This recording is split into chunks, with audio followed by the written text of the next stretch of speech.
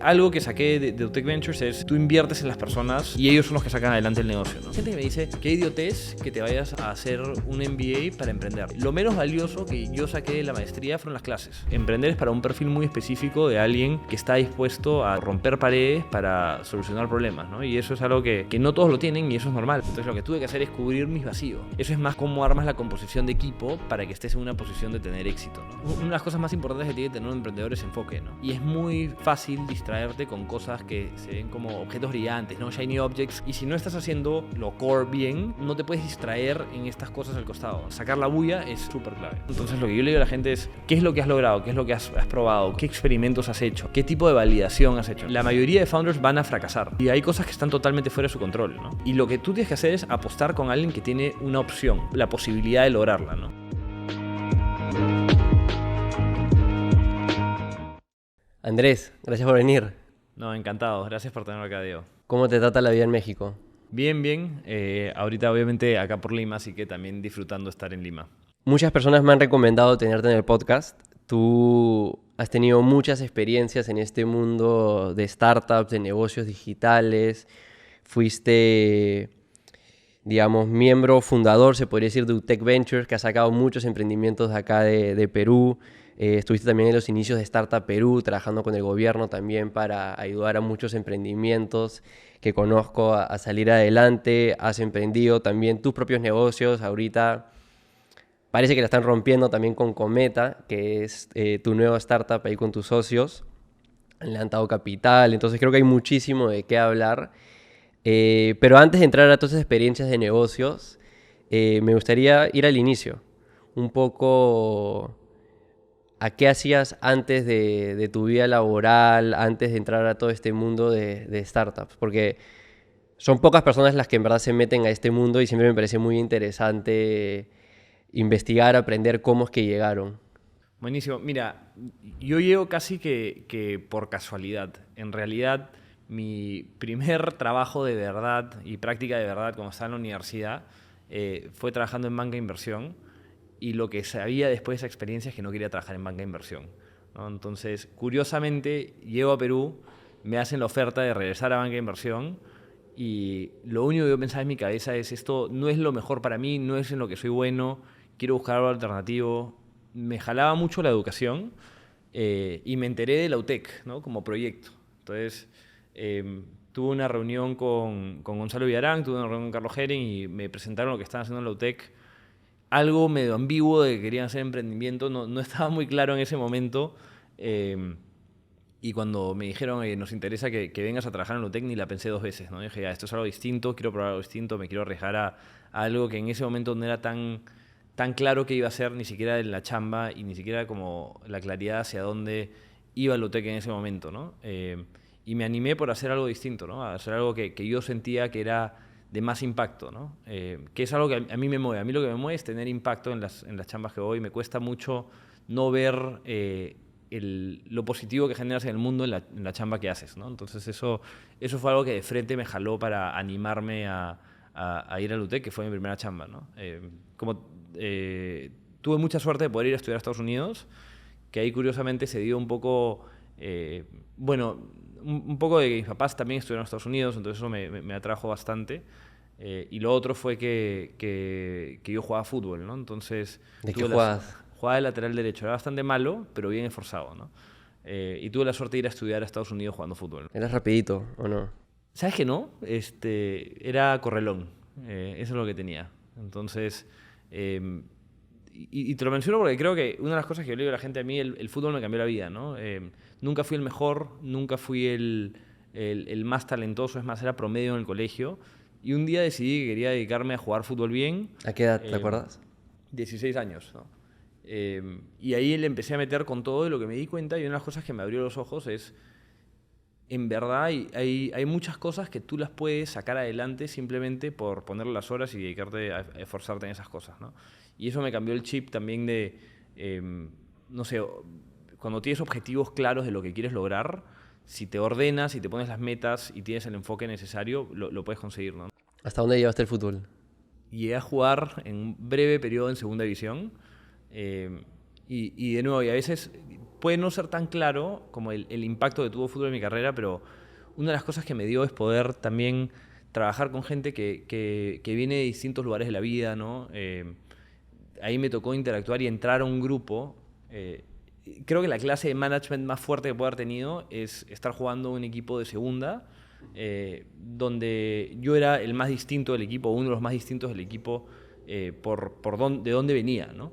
Y eso me obligó a tratar de cómo generas vínculos con gente que te ve como distinto, te ve como amenaza, y entre otras cosas, ¿no? Entonces, esa experiencia de entrar a ese grupo es de lo que más me ha servido en mi carrera, ¿no? Hoy día creo que tengo muy buen manejo, que puedo leer a la gente, porque me vi obligado a hacerlo desde una etapa relativamente chica de mi vida, ¿no? Es un bootcamp intensivo de manejo de relaciones interpersonales con gente distinta a ti, como dices. Sí, sí, sí. No, sin duda. Y la verdad que me llevé una experiencia increíble. En el momento fue frustrante, hubieron cosas complejas, pero me llevé una experiencia increíble que además creo que me ayudó mucho. En la UTEC, lo mencionaba antes también, porque en la UTEC mi jefe me decía que me contrató por eso, ¿no?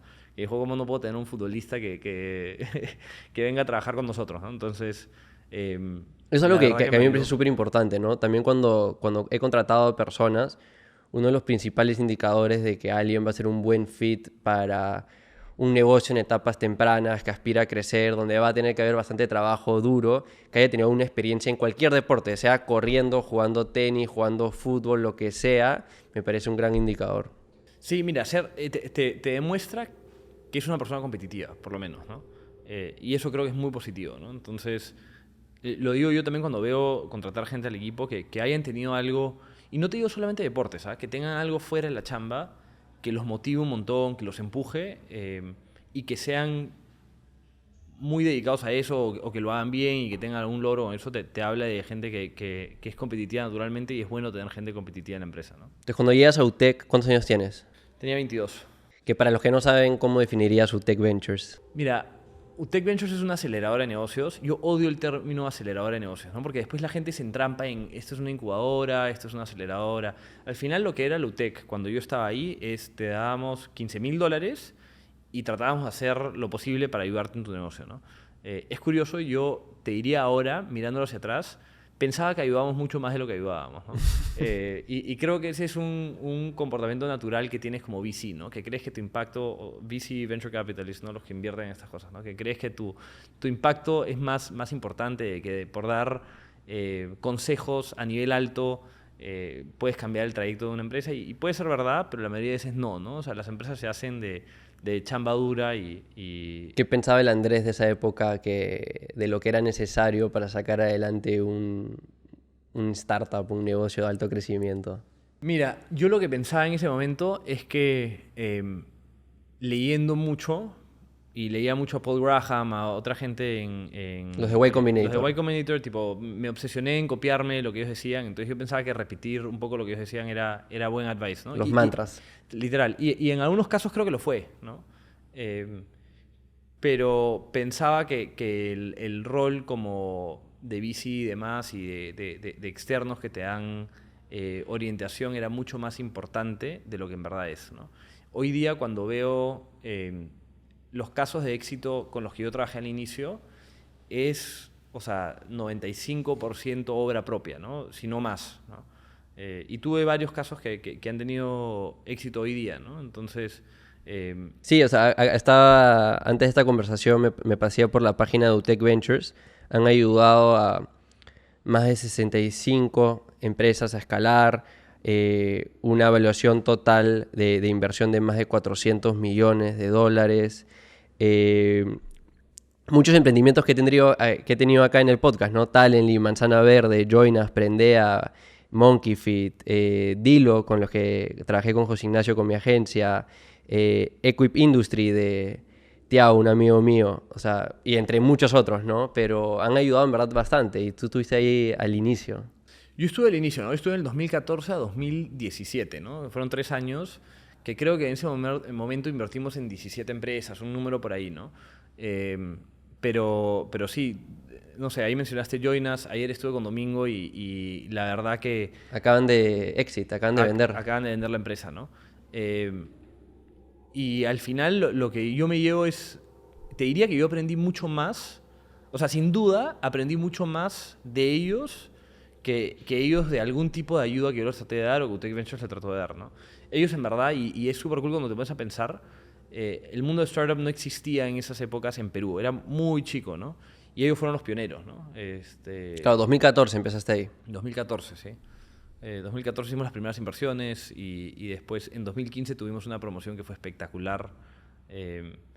Y nada, en verdad yo me llevé muchísimos aprendizajes de, no sé, de Freshmart también, que se vendió a Justo, de Joinas, como sabes, y de varias empresas más, ¿no? En verdad un lujo poder haber trabajado ahí al inicio. ¿Qué aprendizajes llevaste? O sea, ¿qué aprendiste en ese proceso de lo que llevaba un startup al éxito? Mencionaste, obviamente, el trabajo duro de los founders, pero ¿qué aprendiste desde el momento? Empecemos por el inicio, ¿no? Desde identificar cuál es un buen negocio en el cual vale invertir. O sea, es el tema del modelo de negocio, tienes que apostar 100% por la personalidad y trayectoria del founder, es un tema del timing, el negocio. Es un poco de todo, la verdad. Lo que te diría es que al final, y esto lo dice todo el mundo, entonces suena medio trillado, pero es totalmente verdad, ¿no? Tú inviertes en las personas, ¿no? Entonces, si me dices que algo que saqué de UTEC Ventures es, tú inviertes en las personas y ellos son los que sacan adelante el negocio, ¿no? Nosotros invertimos, y no te voy a decir nombres, pero invertimos en negocios donde la persona no era la persona adecuada para hacer ese negocio, ¿no? No era la persona más, no sé, driven, hardworking, ¿no? Y al final, independientemente de lo que hagas, eso es muy difícil que salga adelante si no tienes a la persona correcta, ¿no? Y las veces que invertimos en personas que yo decía, oye, admiro un poco su capacidad de chamba, la manera que piensa y demás, son los casos en los que fue más exitoso, ¿no?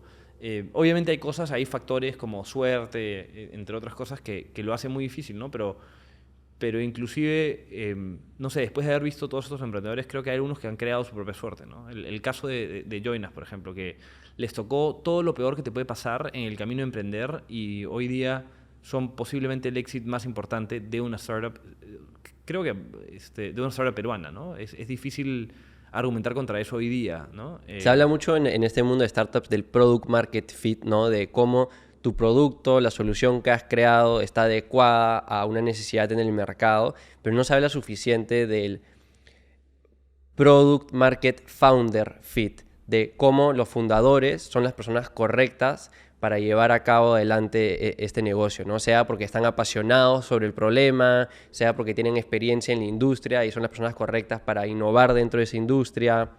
Entonces, a lo que tú vas, ¿no? Tal vez hay gente que encontró un problema, una necesidad, entienden lo que se tiene que hacer, pero no les apasiona el problema o no saben ahí los detalles de la industria que alguien que sí ha trabajado en esa industria podría saber, ¿no? Entonces, ese match también entre las personas correctas para sacar adelante el startup es muy importante. Sí, pero es difícil tener algo como absoluto en qué hace un buen founder, ¿no? Porque a veces necesitas un outsider para disrumpir ciertas cosas de la industria, ¿no? Y un insider no te lo va a decir, ¿no? O a veces necesitas un insider para que sepa cómo funcionan ciertas cosas, ¿no? ¿Qué opinas de, por ejemplo, en Y Combinator, ¿no? Que lo mencionamos? Ellos hablan mucho de que, o les importa mucho el momento de elegir startups que van a pasar por la aceleradora, de que por lo menos uno de los fundadores, porque siempre recomiendan de que haya por lo menos dos, haya tenido experiencia de trabajo en la industria en la cual están emprendiendo. ¿A ti te parece eso importante o no? Creo que es más importante en B2B que en B2C. Y creo que es una ventaja, pero es una ventaja tal vez a corto plazo, ¿no? ¿Por qué esa distinción entre, ¿no? Vender a personas, vender a empresas, ¿no? B2B, B2C. Sí, porque B2B al final los contactos son más importantes, ¿no? Entonces en B2C si tú haces algo más, más abierto por ahí, Si al mercado le gusta, le gusta. Correcto, ¿no? Entonces, y puedes aprender de expertos siempre, ¿no? Entonces, no es que te dejes ser un experto, ¿no? En mis experiencias emprendiendo, que esta ya es mi segunda vez, en B2C fue menos relevante ser un experto. Lo que fue más relevante es saber sacar información de gente que sabe la industria, ¿no? Y en B2B la diferencia es que tienes que ya saber un poquito cosas tal vez más técnicas, tener contactos ayuda más, ¿no? Entonces, si tener background en la industria creo que es más relevante en B2B. ¿Hay un caso de éxito de UTEC Ventures que te sorprendió? Que tú dijiste, estos no la van a hacer y sí lo hicieron. Pregunta difícil. Todos los casos me parecían como complejos y de distintas maneras les fue mejor de lo que yo esperaba o peor de lo que yo esperaba, ¿no? Como siempre te sorprenden ciertas cosas. Hoy día el caso de Join Us a mí me parece... no es que dudé de ellos, pero les tocó todo... Claro, si hubiese sabido al todo inicio complicado. todo lo que les iba a tocar, hubieses dicho no la van a hacer. Sí, yo cuando les pasó lo de la pandemia, una cosa que depende mucho de las cosas presenciales, dije, ya fue, ¿no? Entonces, en ese momento, en el tiempo, que tú me digas que iban a tener éxito, se me hace difícil. Ya los conocía mejor, ¿no? Entonces sabía que iban a sobrevivir, ¿no? Pero era difícil de creer que iban a rebotar de la manera que lo hicieron, ¿no? Sí, un caso concreto de alguno que le haya hecho que no me lo imaginaba. Bueno, sí, caso opuesto, lo de Freshmart en su momento veíamos cómo crecía, pero se quedaba estancado, ¿no? Entonces era como difícil pensar de que iba a haber un cambio en ese contexto, además de que sabíamos que levantar capital era complejo para una empresa que solamente era de Perú. Es un supermercado digital. Supermercado digital, ¿no? Llegó la pandemia y al opuesto de lo de Join Us, ¿no? La realidad cambió, pero para bien para ellos, ¿no? Y creo que las ventas se fueron en tipo 10 veces o algo más, ¿no? Inclusive ahí me tocó ser director, o sea, me invitaron a ser parte del directorio un tiempo antes. Entonces estaba muy metido ahí de cerca y la verdad que no se me ocurría que iba a haber como que ese cambio de momento, ¿no? Entonces, a tu punto de qué cosas importan, sí hay un factor de suerte, ¿no? O sea, hay un factor de timing, hay varios factores que tienes que tienen que influenciar, pero la suerte te tiene que agarrar metiéndole la cantidad de trabajo y en el lugar correcto, ¿no? Y los caballos por los que apostaste que no le hicieron fue un tema más, como mencionaste, de los founders, ¿no? De que no eran suficientemente apasionados, no trabajaban lo suficiente como para sacarlo adelante. No, en verdad no, hay un montón de cosas que simplemente fueron errores de ejecución, que fueron errores identificando el problema, que simplemente el mercado no estaba ahí. Como que hay un poco de todo, ¿no? La mayoría de founders van a fracasar, ¿no? Ese es un given y... Así que 9 de cada 10 fracasan. Sí, y hay cosas que están totalmente fuera de su control, ¿no? Después, ya con los que trabajé, tal vez más al inicio nos costó entender y lo que tú tienes que hacer es apostar con alguien que tiene una opción, ¿no? La posibilidad de lograrla, ¿no? Lo que tienes que filtrar es los que no tienen esa posibilidad, ¿no? Y tienes que filtrar como ya qué mercado no es suficientemente relevante, quién no tiene suficiente, como que no es la persona adecuada para resolver los problemas. Y es que emprender no es para todos, ¿no? Emprender es para un perfil muy específico de alguien que está dispuesto a pasar por romper paredes para solucionar problemas, ¿no? Y eso es algo que no todos lo tienen y eso es normal. Hay gente que lo pones en un espacio corporativo y son excepcionales, ¿no? Pero después los pones en un espacio donde es más ambiguo y no tienen el skill set para hacerlo, ¿no? Entonces tienes que poder filtrar quién es esa persona que puede romper reglas, romper paredes, romper todo lo que sea necesario para sacar adelante los negocios, ¿no? Sí, exacto. Y de ahí, similar a UTEC Ventures, también estuviste al inicio de Startup Perú. Mira, en realidad no estuve al inicio. O sea, Startup Perú empieza en el 2014 y yo entro en el 2017. Entonces, a mí me encanta decir que la diferencia fue, en UTEC Ventures nos tocó empezar algo, a Gonzalo Villarán y a mí, algo de cero, en esencia. En Startup Perú me dieron algo que ya funcionaba, ¿no?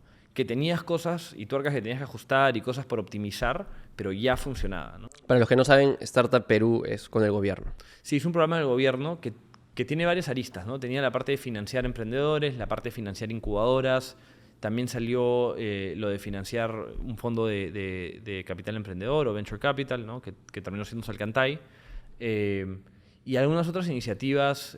Salió un programa de entrenar, de fomentar las escuelas de programación, ¿no? Varias cosas, o traer emprendedores del extranjero, ¿no? Entonces tenía varios programas, ¿no? Pero sí, era un programa de gobierno. Ya estaba iniciado, ya había funcionado por 3 años. Y nada, me tocó entrar a un momento que lo que tocaba hacer era optimizar lo que se había creado, ¿no? Y no porque la gente lo hizo mal, pero naturalmente cuando creas algo desde cero hay cosas que siempre vas a poder mejorar. En cualquier lugar que vas puedes optimizar cosas, ¿no? Y eso es lo que me tocó, ¿no? En este caso, ¿qué optimizaste?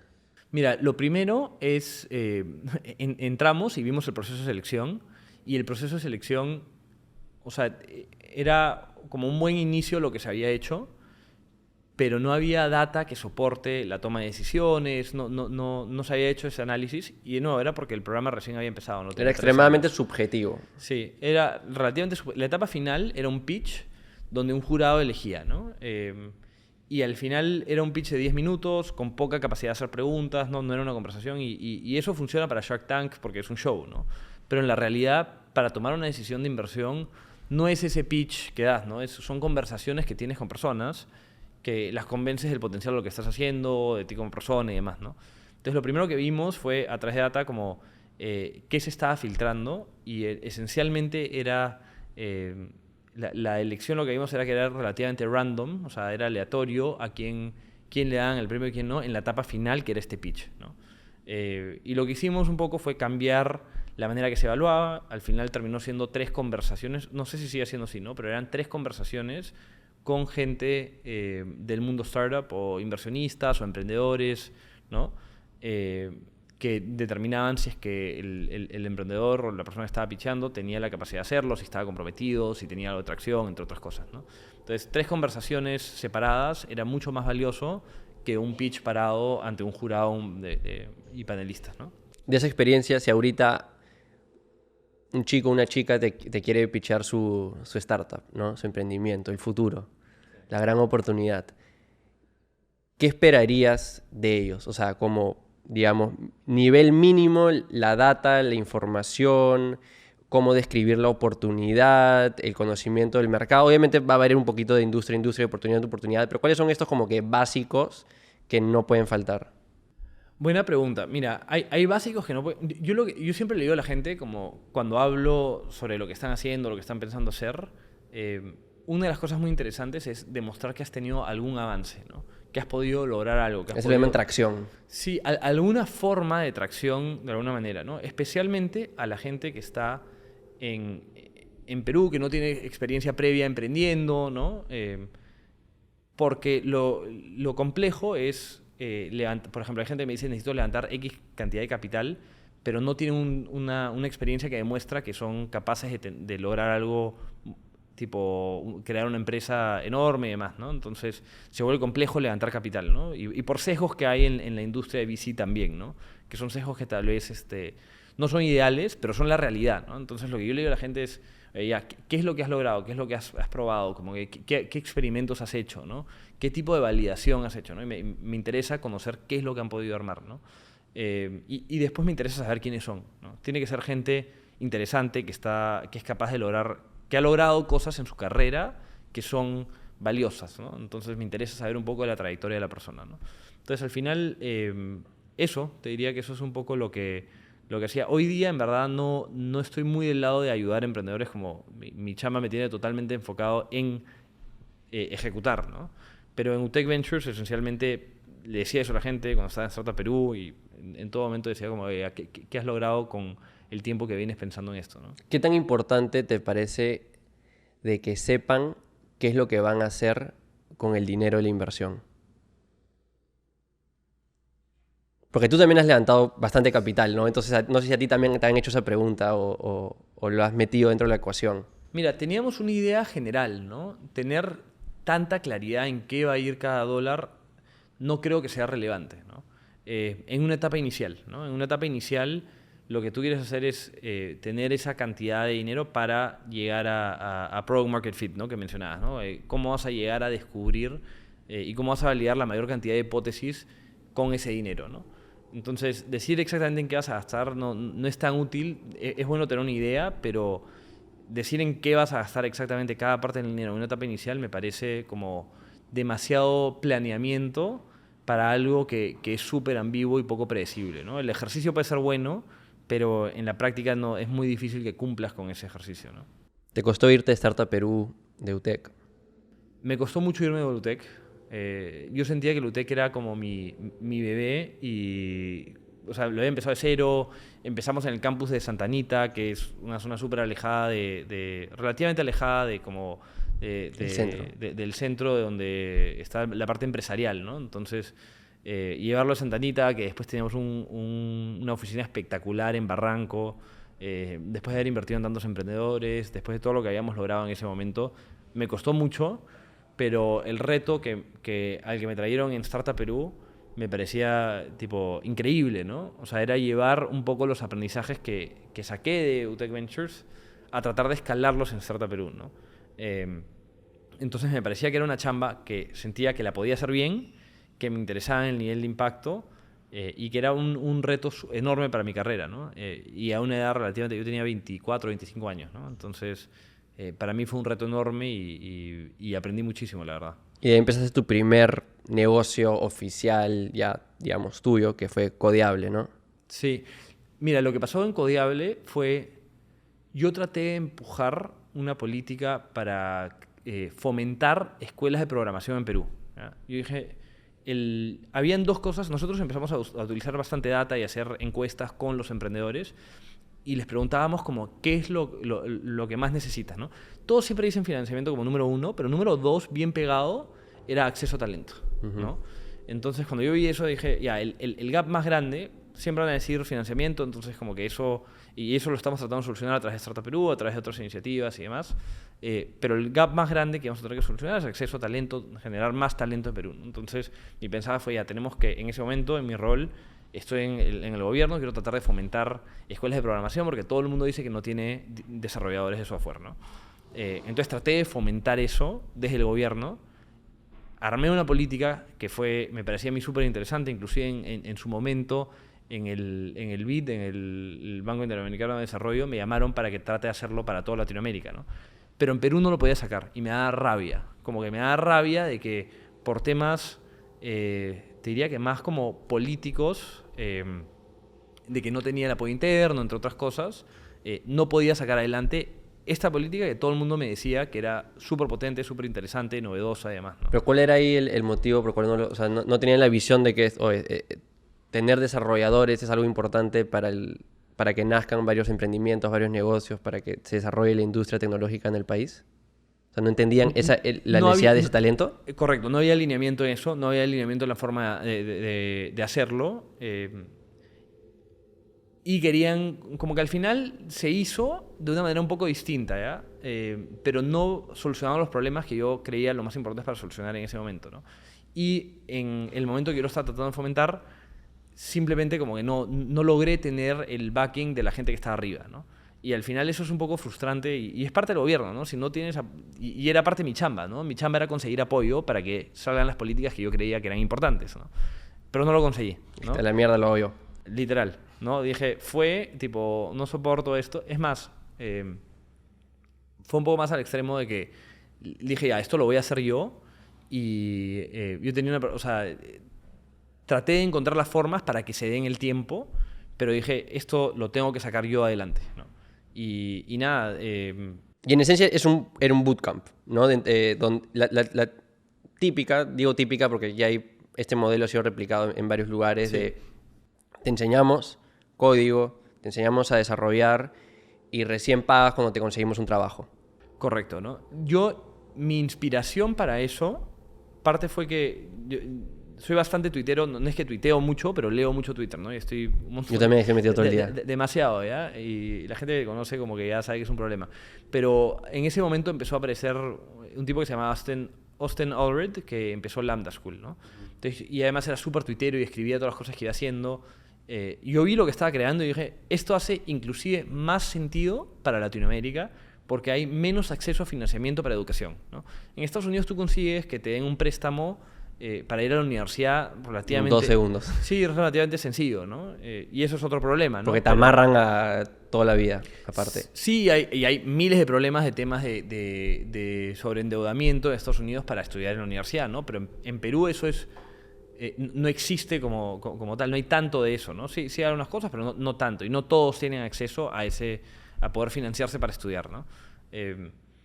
Y me pareció que hacía muchísimo sentido. Y dije, ya, esto es un poco lo que quiero fomentar, esto es lo que quiero tratar de hacer. Y... En el momento cuando lo empezaste, ¿lo veías como este va a ser el negocio de los próximos 10 años de mi vida? ¿O era algo que tengo que sacar adelante, probablemente dure un par de años y de ahí ya veo qué hago? No tenía idea. Esa es la respuesta tipo real. Yo lo que veía es un problema y tenía una idea de una solución, ¿no?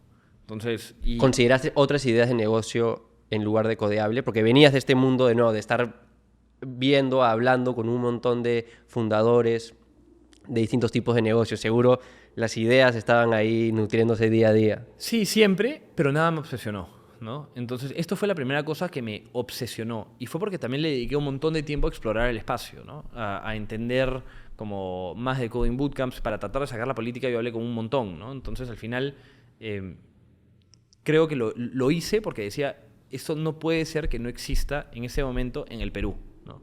Como no me cuadra por qué no existe y tiene que existir. En ese momento ya existía la laboratoria. Hemos tenido a Mariana Costa acá y es el mismo modelo, solo enfocado específicamente en mujeres, ¿no? Correcto. Existía la laboratoria y es más, te diría que yo hablé con Germán y he hablado un par de veces con Mariana y en parte lo que hice fue inspirado en ellos, ¿no? Con un enfoque un poco distinto, ¿no? No un enfoque social. O sea, sí hay un impacto social, pero no es un enfoque netamente social. O sea, al final era como cómo hacemos algo que al final sea rentable y autosostenible y que pueda escalar hasta cierto nivel, ¿no? Pero sí, súper inspirado por ellos y, o sea, le digo siempre que veo a Mariana o a Germán, les digo como, admiro un montón la chamba que hicieron, ¿no? Porque indudablemente ellos fueron ellos fueron los pioneros de ese modelo en Latinoamérica, inclusive en Estados Unidos, ¿no? Entonces... Háblame de ese modelo de educación. A mí me interesa mucho el tema de e-learning. Poco a poco me estoy involucrando más, sacando mi propio negocio del tema. ¿Qué te gustó, qué no te gustó del modelo de bootcamp?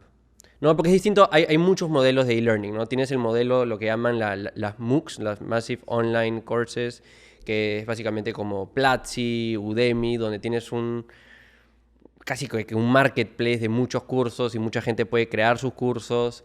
Esto de acá es un programa probablemente más basado en cohortes, que todas las personas avanzan al mismo ritmo y luego hay una siguiente promoción y una siguiente promoción, pero no estás vendiendo múltiples cursos. Es como que 1, 2 rutas a lo mucho, ¿no? Correcto. Lo que te diría es, mira, los MOOCs que hace mención, Platzi, Creana, etcétera, cumplen otro propósito, ¿no? O sea, es como muchas veces cumplen el propósito de que mucha gente tome los cursos, pero no necesariamente tener tanto impacto sobre sus vidas. No quiere decir que no lo puedan tener, como que sin duda hay gente que esas plataformas les cambió la vida, ¿no? La realidad es que ni siquiera terminan los cursos. O sea, en muchos casos no terminas el curso, ¿no? Entonces, ahí un poco era... lo que yo quería es, a través de cohortes, haces que esa parte de no terminar los cursos sí se dé, ¿no? Y otro punto importante es que en lo tuyo, en estos bootcamps, tú filtras a quién permites entrar. Literal. Porque, de nuevo, tú recién ganas dinero cuando esa persona consigue un trabajo. Entonces, si dejas entrar a cualquiera, estás perdiendo tiempo con gente que no le va a meter el esfuerzo requerido para obtener el resultado final. Sí, alinea los incentivos por todos lados, ¿no? Entonces, eso me fascinaba, ¿no? Pensar en algo que... Yo venía de nuevo, en el gobierno todo tienes que pensar en incentivos, ¿no? Como que si hago esta política, ¿qué incentivo genera? ¿Qué cosa puede ser normal? Entonces, la misma cosa me hacía pensar y yo miraba la idea de hacer un programa así y decía, oye, todos los incentivos están alineados para que funcione, ¿no? Para que funcione poniendo al estudiante primero, ¿no? Siempre con el estudiante enfocado en que logre sus objetivos, o si no, no hay ninguna recompensa por que haya pasado por el programa, ¿no? Entonces, eso fue un poco lo que me apasionó del modelo. Y de nuevo, como te digo, a ver, también he estado en Venture Capital, en educación, y todos los modelos o sea, cumplen distintos propósitos. No es que uno sea mejor que otro, ¿no? Solamente que cumplen distintos propósitos, ¿no? Lo que me fascinó sobre Codeable, y lo que me fascina de Codeable, en el cual sigo involucrado, yo estoy en el directorio y cada cierto tiempo me junto con el equipo, es que si hacemos bien nuestra chamba, le cambias la vida a la persona, ¿no? Y hay literalmente, o sea, cientos de estudiantes que nos dicen, oye, me cambiaron la vida, ¿no?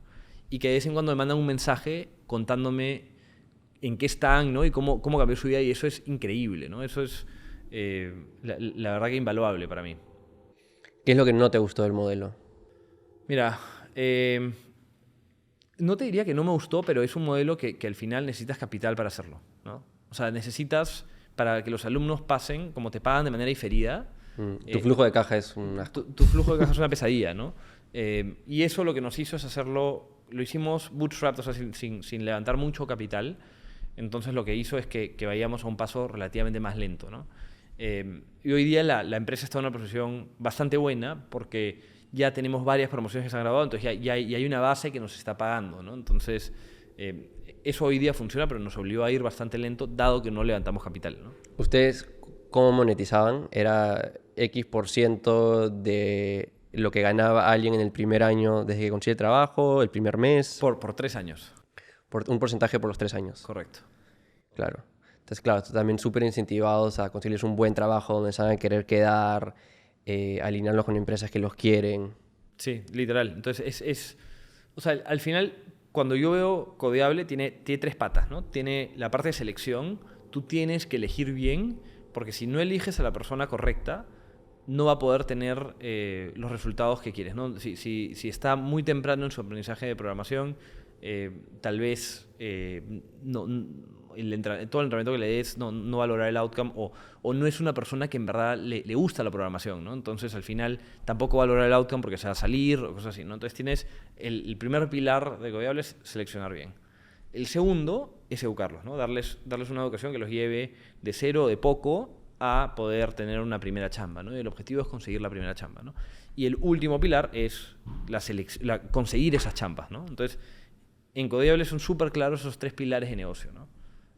Y eso es en lo que nos enfocamos todo el tiempo, ¿no? Son las 3 cosas en las que más tiempo le terminamos dedicando, ¿no? Tú personalmente, ¿qué hábito tuviste que crear para poder sacar adelante Codeable? Porque técnicamente, ¿no? O sea, estuviste el equipo fundador de UTEC Ventures, pero era algo bien distinto a lo que luego ya era un negocio, digamos, más estable como Codeable, tu primer negocio. ¿Qué hábito tuviste que crear? No sé si un hábito, pero tuve que aprender lo mínimo necesario para hablar de programación, porque yo no sé programar, ¿no? Entonces yo venía como totalmente outsider, ¿no? Y lo que tuve que conseguir es asociarme con la gente correcta para que esa parte esté cubierta, ¿no? Entonces lo que tuve que hacer es cubrir mis vacíos, ¿no? La parte 1, que era la de selección de alumnos, estaba convencido que la podía hacer bien, y la parte de posicionar por venir de UTEC Ventures, por venir de Startup Perú, dije ya, esta parte también la tengo solucionada, pero la parte del medio no. Entonces tuve que trabajar con gente que sí tenía esa parte solucionada, pero eso es más como cómo armas la composición de equipo para que estés en una posición de tener éxito, ¿no? Y eso fue un poco lo que me tocó hacer, pero no te diría que fue un hábito. Sí, no diría que fue un hábito, fue más como complemento el equipo para poder lograr lo que tenemos que lograr como empresa, ¿no? Hablando del equipo, ¿qué rol es clave en ese modelo de negocio? Y esto ya te lo pregunto de una manera bien selfish, ¿no? Para mí mismo. Lo que te diría que es lo más importante en cualquier emprendimiento es tener a alguien que tiene la mentalidad de solucionar problemas, ¿no? Simplemente tiene la mentalidad y la capacidad de, como te topas contra un problema y ya, ¿cómo lo soluciono? ¿Cómo lo soluciono? ¿No? Y siempre estar pensando en eso, ¿no? Entonces, ahí lo único que teníamos que hacer al inicio era pensar, ya, tenemos que atraer alumnos. ¿Cómo atraemos alumnos para que vengan al bootcamp, ¿no? ¿Cuál es la forma de encontrarlos? ¿Cómo los busco? Y demás, ¿no? Entonces, ese fue el primer reto, ¿no? Y es como, ya, esa fue la primera parte que teníamos que solucionar, ¿no? Después, ¿cómo armamos un programa educativo que haga sentido, ¿no? Que logre los objetivos de que sepan suficiente, ¿no? Entonces, al final es simplemente poner una persona que va a ser capaz de o atraer a la gente correcta o solucionar los problemas por su cuenta, ¿no? Y eventualmente traer a la gente correcta para que siga solucionando los problemas a medida que se van dando, ¿no? Pero es esa mentalidad de resolver retos, no te diría que hay una magia de este perfil necesitas o una cosa así, ¿no? Hablando de habilidades digitales, habilidades requeridas por el mercado hoy en día en relación a lo de Codeable, ¿para qué otras profesiones, otras habilidades, otras especialidades ves que se podría replicar este modelo, ¿no? Porque este modelo es bien popular, como dije, pero más que nada en temas de código. Hoy en día, ¿qué otras oportunidades ves? O sea, por ejemplo, hay mucho de no-code, de producto, growth, UI, UX, son como que las típicas, ¿no? Hablé con Doménica Obando de Talently hace poco en este podcast y hablamos justamente de esas habilidades, ¿no? Que son las típicas requeridas hoy en día en el mercado. Hablé con Carlos Lau de Curios y él hablaba también de las habilidades digitales de negocio, no tanto las técnicas, sino también habilidades de negocio. Donde ahí también entran temas, por ejemplo, de ventas, de desarrollo, ¿no? Business development. Sí, mira, una que creo que podría funcionar para esto es gente de ventas, pero más gente especializada en, por ejemplo, prospección, ¿no? Nosotros y en la empresa, en Cometa hoy día, separamos el equipo en prospección y equipo de cierre, ¿no? Entonces hay el que te ayuda a conseguir la reunión y después el que va al cierre. El que te ayuda a conseguir la reunión, que es una habilidad que se puede enseñar y que tiene partes relativamente técnicas, ¿no? Creo que eso, a través de un programa relativamente sencillo, podrías entrenar a gente para que tenga esas capacidades mínimas para empezar esa chamba, ¿no? Como un Business Development Rep, ¿no? Un BDR. Sí, sí, literal. BR, SDR, ¿no? Como lo quieras poner. Creo que eso se puede entrenar, que es bastante técnico y que no necesitas una carrera de 4 años, 5 años necesariamente para hacerlo, ¿no? Y esos puestos pueden ganar bien. Pueden ganar bien y pueden crecer también a otros temas, ¿no? Entonces, la verdad que eso es algo que yo creo que se podría enseñar con un modelo similar, ¿no? No sé, tendría que analizar la cantidad de demanda, pero de lo que veo, por lo menos en México, por ejemplo, es un puesto súper demandado, ¿no? Y es difícil encontrarlo, ¿no? Encontrar uno bueno, ¿no? Entonces, es una de las cosas que yo creo que se puede hacer, ¿no? Como un bootcamp para ventas, ¿no?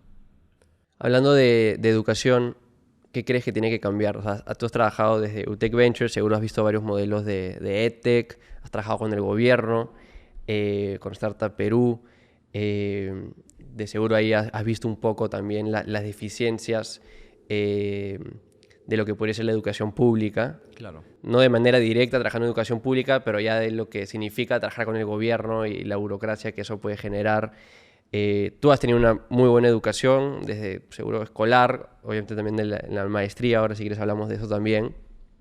¿Qué ves que puede cambiar ahí? Sí, mira, te diría, o sea, y creo que son dos cosas muy distintas. Antes hablaba mucho de cómo tiene que haber alineamiento de incentivos en educación superior, ¿no? Porque el incentivo, entonces te voy a hablar primero de educación superior y después te hablo de lo que creo que debería cambiar en el sector escolar, ¿no? En educación superior, el problema que tienes es que hay una asimetría de información muy fuerte, ¿no? El alumno escucha qué cosa es como lo típico para estudiar, pero no necesariamente sabe qué es lo más demandado, ¿no? Y la institución le conviene en el corto plazo y también en el mediano plazo inclusive estar enseñando carreras que son demandadas por los alumnos, pero que no necesariamente son demandadas por los empleadores, ¿no? Entonces ahí están desalineados los objetivos de uno con el otro, ¿no? O tal vez que las universidades de educación superior están incentivadas a enseñar carreras, temas que están demandadas hoy para poder decir, mira, todos nuestros graduados consiguen trabajo, apenas salen, pero no necesariamente son las mejores carreras dentro de 5 años, que es a la velocidad que se mueve el mundo hoy en día, ¿no? Eso es otra cosa, como que no hay o sea, el feedback loop, si quieres decirlo, toma mucho tiempo como para que tú puedas saber qué es necesario en ese momento, porque la carrera dura 5 años, ¿no? Pero igual creo que el incentivo es netamente como cómo sumamos más alumnos a la universidad. Ese es el incentivo real que tiene la universidad, ¿no? Entonces, al final, eso está desalineado con lo que necesita el alumno, ¿no?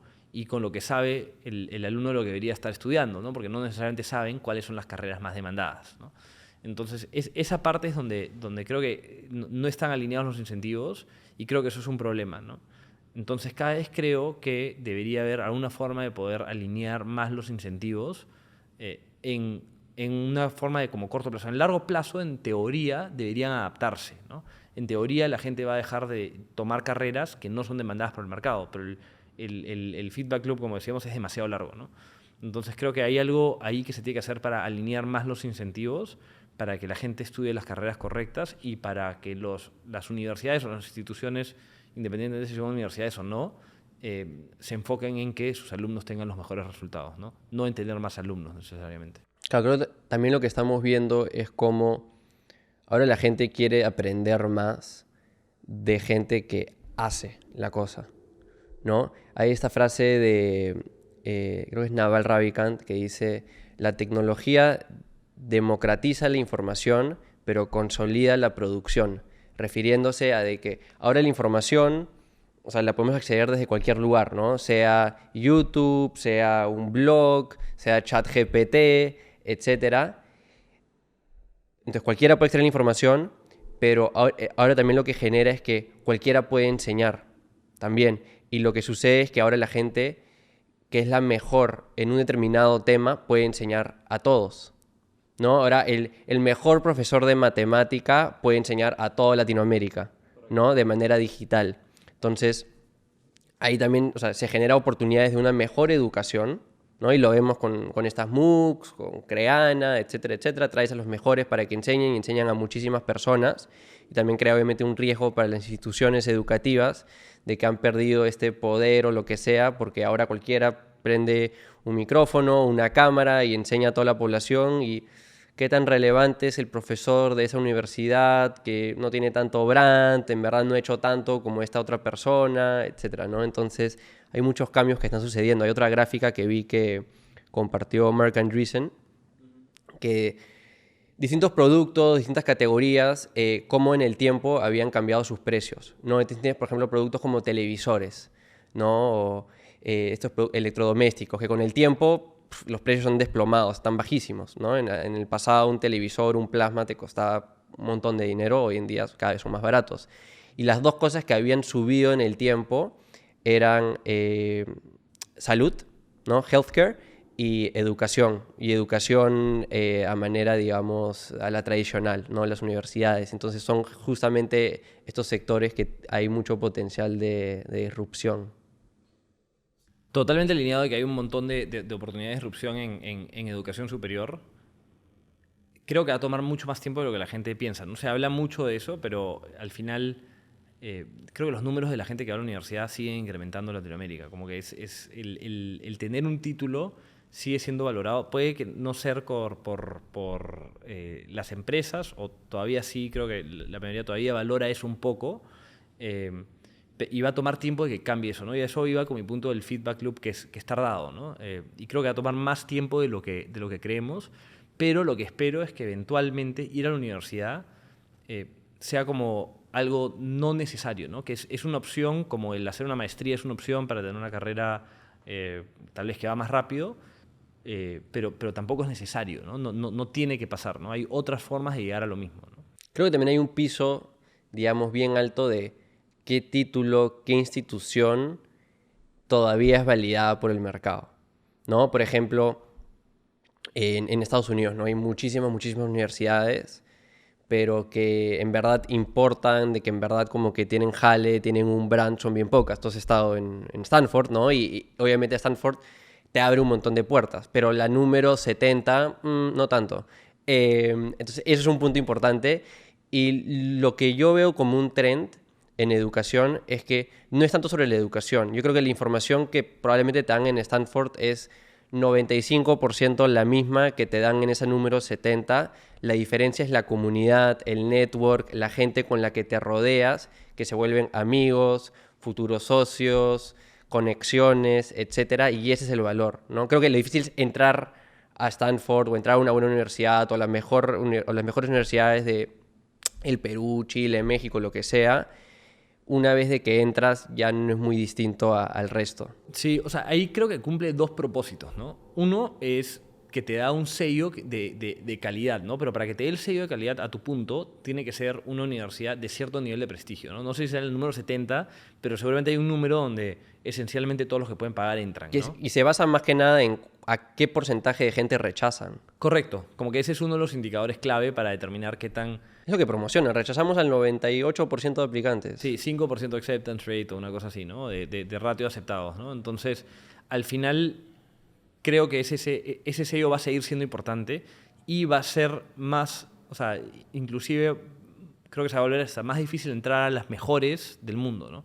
Pero va a perder demanda, como tú decías, la número 70, la número 1000 tal vez, ¿no? No sé cuál es el número exacto, pero esas universidades que no dan ese sello de calidad y que no te generan una comunidad donde puedes aprender un montón, donde puedes crear cosas interesantes, si no te cumplen con una de esas dos funciones, al final creo que van a dejar de ser relevantes en el tiempo. De nuevo, tal vez va a demorar mucho tiempo, pero en el tiempo creo que eso va a dejar de ser relevante, ¿no? En líneas con esto, tú te dejaste Codeable en manos de unos líderes ahí bien capos para ir a Stanford. Sí, un poco lo que yo me di cuenta es, yo tenía mi objetivo de vida era, quiero cambiar la educación a escala en América Latina, ¿no? esa era como una meta que me tracé una vez que empecé Codeable. ¿Te acuerdas ese momento donde dijiste como que esto es en lo que me voy a enfocar? Se fue dando en el tiempo mientras iba... Es más, creo que mientras iba postulando al MBA y me hacía la idea de que quiero ir a Estados Unidos, era como, ya, ¿por qué quiero hacer un MBA? ¿No? Porque inicialmente por ahí fue un poco porque es lo que la gente hace, ¿no? Y después, mientras yo analizaba más y hacía más introspección de por qué lo estaba haciendo, iba pensando y decía, oye, quiero tener las herramientas para realmente crear algo a una escala increíble en educación en América Latina, ¿no? Y quería tener un impacto que vaya más allá de Perú, ¿no? Como que me fui dando cuenta como el mundo es más grande que Perú y en ese momento para mí, obviamente que era evidente, pero en la práctica no lo estaba dejando claro con mis decisiones de carrera, ¿no? Entonces ahí dije, oye, doy un freno, ¿qué tengo que hacer? Claramente tengo que ir a estudiar o irme a una comunidad que me prepare para que yo pueda lograr crear la empresa más grande de educación en América Latina, que era un poco lo que yo estaba pensando que quería hacer, ¿no? ¿Y te preparó? Sí, sin duda. Pero me preparó de maneras que la gente piensa... O sea, hay gente que me dice, oye, qué idiotez que te vayas a hacer un MBA para emprender, ¿no? Como, ¿qué te da el MBA? Y están pensando en las cuatro paredes de un salón de clases, ¿no? Y eso no es el valor que tú le sacas a un MBA para emprender o no es el valor que le sacas a un MBA, punto, ¿no? Lo menos valioso que yo saqué de la maestría fueron las clases. O sea, por lejos, ¿no? A lo que dije, ¿no? Es mucho más la comunidad, las conexiones, estar rodeado de gente que aspira a grandes cosas como tú aspirabas. O sea, la única habilidad técnica que saqué, la habilidad como que práctica que saqué es que aprendí a jugar tenis, ¿no? O sea, en verdad no saqué nada realmente que yo pueda decir como que oye, ahora sé hacer un modelo financiero mucho mejor o algo así, ¿no? Lo que sí saqué fue amigos para el resto de la vida, profesores que después han sido mis inversores, saqué contactos, conseguí que los inversores me hagan caso, ¿no? O sea, cuando empecé Codeable hubiera sido imposible para mí tratar de hablar con los inversores con los que hablo hoy día o los que hablé en ese momento, en el momento de levantar capital para Cometa, ¿no? Entonces, simplemente me puse en una posición para tener éxito, me puse en una posición de estar rodeada de gente que yo siento hoy día que es mucho más capa que yo, ¿no? Y que en ese momento me empujaba a ser mejor, ¿no? Entonces, la verdad que eso sí fue súper potente para mí y hubiera sido imposible o muy difícil que logre lo que he logrado si no hubiera tenido el apoyo de pasar por una experiencia como la que fue Stanford para mí, ¿no? ¿Y en qué momento surge la idea de Cometa?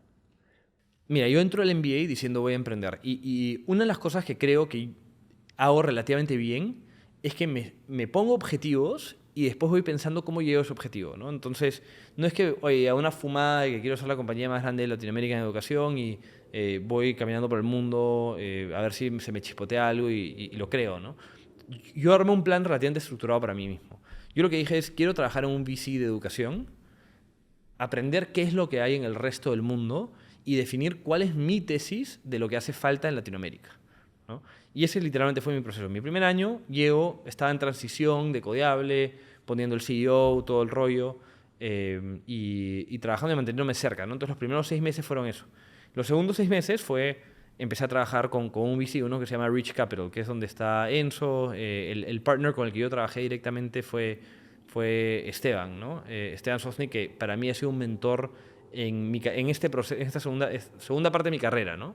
Y empecé a trabajar con Esteban y mirar qué es lo que había con él en específico trabajé qué es lo que había en Brasil, ¿no? Y empecé a ver de que en Latinoamérica hay muchas empresas para la parte de educación superior, ¿no? La parte de, como ya cuando la gente quiere entrar a ser parte de la fuerza laboral. Upskilling. Literal. Y creo que es porque es más natural para la gente que lo está creando. Es como que es más fácil crear, en mi caso, un programa de programación porque entiendo qué es lo que necesita el mercado y lo vengo escuchando, ¿no? Entonces el problema era evidente para mí y para mucha gente, ¿no? Pero el sector escolar es un sector que estaba mucho más desatendido, ¿no? Cuando piensas en soluciones de calidad o que hayan levantado Venture Capital, había muy poco, ¿no? Yo miraba y en verdad casi que no habían empresas de la magnitud que hay en educación superior, ¿no? Y lo ves en Perú, ¿no? Hay pocas en Perú que estén enfocadas en educación básica y casi todas están en lo otro, ¿no? Y entonces empecé a explorar qué es lo que hacía sentido para eso, ¿no? Y lo que hice fue yo tenía varios amigos, pero lo que iba pensando es quiénes pueden ser mis socios, ¿no? ¿Con quién quiero crear una compañía, ¿no? Y una de las cosas que yo detecté, como también en su momento en Codiable detecté, es que, tipo, ¿en dónde tengo vacíos, no? Por un lado tenía vacíos en la parte de producto y tecnología, ¿no? Entonces, ahí es que conocí a Mateo, me pareció brillante en producto y tecnología y dije, ya, quiero hacer algo con él, ¿no? Y me quedó súper claro, ¿no? Quiero explorar hacer algo con él. Y con la otra parte que yo pensaba es, necesito tener cualquier cosa a escala en educación, creo que tiene que tener un componente de fintech, ¿no? Ya, entonces, ¿quién es el más capo que sabe de fintech? Porque yo sé algo, pero no sé tanto, puedo aprender, pero prefiero tener a alguien que realmente entienda el tema, ¿no? Y ahí Gonzalo, mi otro socio, era súper capo, había estado trabajando en Affirm, que es una empresa de estas de pago, compra ahora, paga después, o buy now, pay later, ¿no? Gigante. Sí, gigante, que él estuvo hasta casi el IPO, ¿no? O hasta el IPO, no recuerdo bien. Pero nada, sabía que Gonzalo sabía muchísimo acerca del tema. ¿Tú cuáles veías como tus habilidades? Mis habilidades son como sacar las cosas adelante, ¿no? Resolver problemas. Como es súper. Cuando la gente me pregunta, soy lo más generalista que hay en el planeta, ¿no? Como que no siento que tenga una habilidad concreta. Creo que soy un buen manager, ¿no? Vendiendo. Vendiendo me ha tocado aprender. Eso, o sea, B2B sales nunca lo había hecho, pero lo averigüé, ¿no? Como que ya tengo que resolver cómo hacerlo. Pero es más operador. Totalmente, ¿no? Y al final, lo que hice es, veía estas habilidades complementarias, nos juntamos como equipo y tomamos una clase, que es una clase famosa en Stanford, que se llama Startup Garage, ¿no? De Startup Garage, por ejemplo, ha salido DoorDash, ¿no? Entonces es como, tomábamos esta clase los tres juntos, que esencialmente es una clase que seguramente la equivalente en una universidad local en Latinoamérica va a ser relativamente parecida en cuanto a contenido, pero lo que nos decían es, ya, enfóquense en un área de un problema y hablen con usuarios, ¿no? Y nos dan cierta estructura para cómo hablar con usuarios, ¿no? Quiero seguir con eso, pero es que me parece recontra curioso este proceso que abarcaste con tus socios, porque he tenido muchas de estas conversaciones con emprendedores, tanto dentro del podcast como fuera, y suele ser el proceso, y el proceso suele ser, uno de los founders tiene una idea y recluta a uno o dos co-founders y sacan adelante esa idea. Lo tuyo fue distinto en el sentido que es, oye, quiero emprender, sé eso, sé que quiero ya el rubro de educación, sé que quiero fintech, voy a encontrar a la gente y averiguaremos qué hacemos. Sí, o sea, ese fue más o menos... Y otra cosa que influenció eso, sin duda yo entré al MBA pensando con quién puedo crear algo, ¿no? Eso era, tipo, lo tenía súper claro, ¿no? ¿Y qué puedo crear, ¿no? Entonces esas cosas las armé en paralelo. Y lo otro que gatilló que sea de esta manera fue que teníamos que elegir quién era el equipo para la clase, ¿no? Entonces hay cosas que también por contexto te suceden. Ese fue el contexto que yo tenía que elegir con quién trabajaba en esta clase, ¿no? Y cuando se los comenté a los tres, o sea, estamos a los dos, los tres estamos alineados en, sí, oye, nuestro objetivo en el MBA es idealmente emprender. A todos nos sonó interesante educación en Latinoamérica. Entonces, creo que eso fue un poco más empujado por mí, como te digo, de lo que venía. Y tuve la suerte de que se quieran sumar a esa exploración, ¿no? Y te dijeron ya, habla con usuarios. Claro, ahí empezamos en la clase. Mi idea es, ese verano trabajé en VC y dije, ya, voy a averiguar cuál es la idea. Y vine con como 4 distintas ideas de cosas que queríamos explorar. Exploramos cosas hablando con usuarios, más enfocado en educación superior, que era donde yo tenía experiencia. Y después me di cuenta, oye, en verdad lo que falta es en educación básica. De nuevo, como hacía tu punto, como me fui dando cuenta, hay un montón de soluciones que ya se están haciendo para educación superior o para entrenar a gente para que trabajen, pero no están enfocados en educación. Entonces ahí lo que dijimos fue, oye, ya empecemos a hablar con colegios, ver qué onda, qué falta, ¿no? Y ahí rápidamente nos dimos cuenta de un montón de problemas, ¿no? Había muchísimos problemas y fue como que hubo un clic muy claro cuando empezamos esas conversaciones de ya, acá hay algo interesante, ¿no? ¿Qué encontraron? ¿Cuál fue el problema? Sí, lo que encontramos al final es que no habían soluciones. El problema grande, y especialmente en ese momento, es que los colegios tenían retos de flujo de caja. Y los tienen, o sea, todavía, ¿no? Pero más ahí, inclusive con el contexto de COVID, ¿no? De que la gente no estaba pagando tiempo, estaban demorados, algunos habían perdido el trabajo y demás, ¿no? Entonces lo que vimos es, oye, tenemos que dar una manera de solucionar que tengan el flujo en el momento correcto. Gastaban muchísimo tiempo haciendo la cobranza, después no tenían claridad de quién ha pagado, quién no ha pagado. Era esencialmente un desorden y no necesariamente porque no tengan las capacidades administrativas, sino porque no tenían las herramientas para poder tener esa gestión administrativa correcta, ¿no? Entonces eso fue súper evidente para nosotros muy rápido, ¿no? Como que pain point inmediato de lo que veníamos escuchando con los colegios, ¿no? Y curiosamente, yo le había avisado, lo que te pasa en Stanford es que como la trayectoria de emprendedores en Latinoamérica que emprenden desde Stanford para Latinoamérica es muy alta, o sea, muy buena, los fondos están cerca, ¿no? Y más en un contexto de 2021, cuando todo el mundo está un poco loco con invertir en Latinoamérica y en el mundo, ¿no? Entonces yo había sido muy vocal de mis objetivos que tenía estando en Stanford, ¿no? Entonces al final estaba teniendo conversaciones abiertas, había trabajado en VC, entonces los VCs están relativamente cerca a mí, ¿no? Yo me acuerdo, hablé con Kasek, que es hoy mi inversionista, o el inversionista de Cometa, y ellos estuvieron tipo, ahí en el campus el primer año, ¿no? O sea, antes de nada, antes de que faltaba un año para que nos graduemos, ¿no? Y empecé a socializar un poco que estaba mirando este espacio, ¿no? Y justamente Kasek había invertido en una empresa que hacía algo muy similar en Brasil y nos dijeron, oye, estamos interesados, ¿no?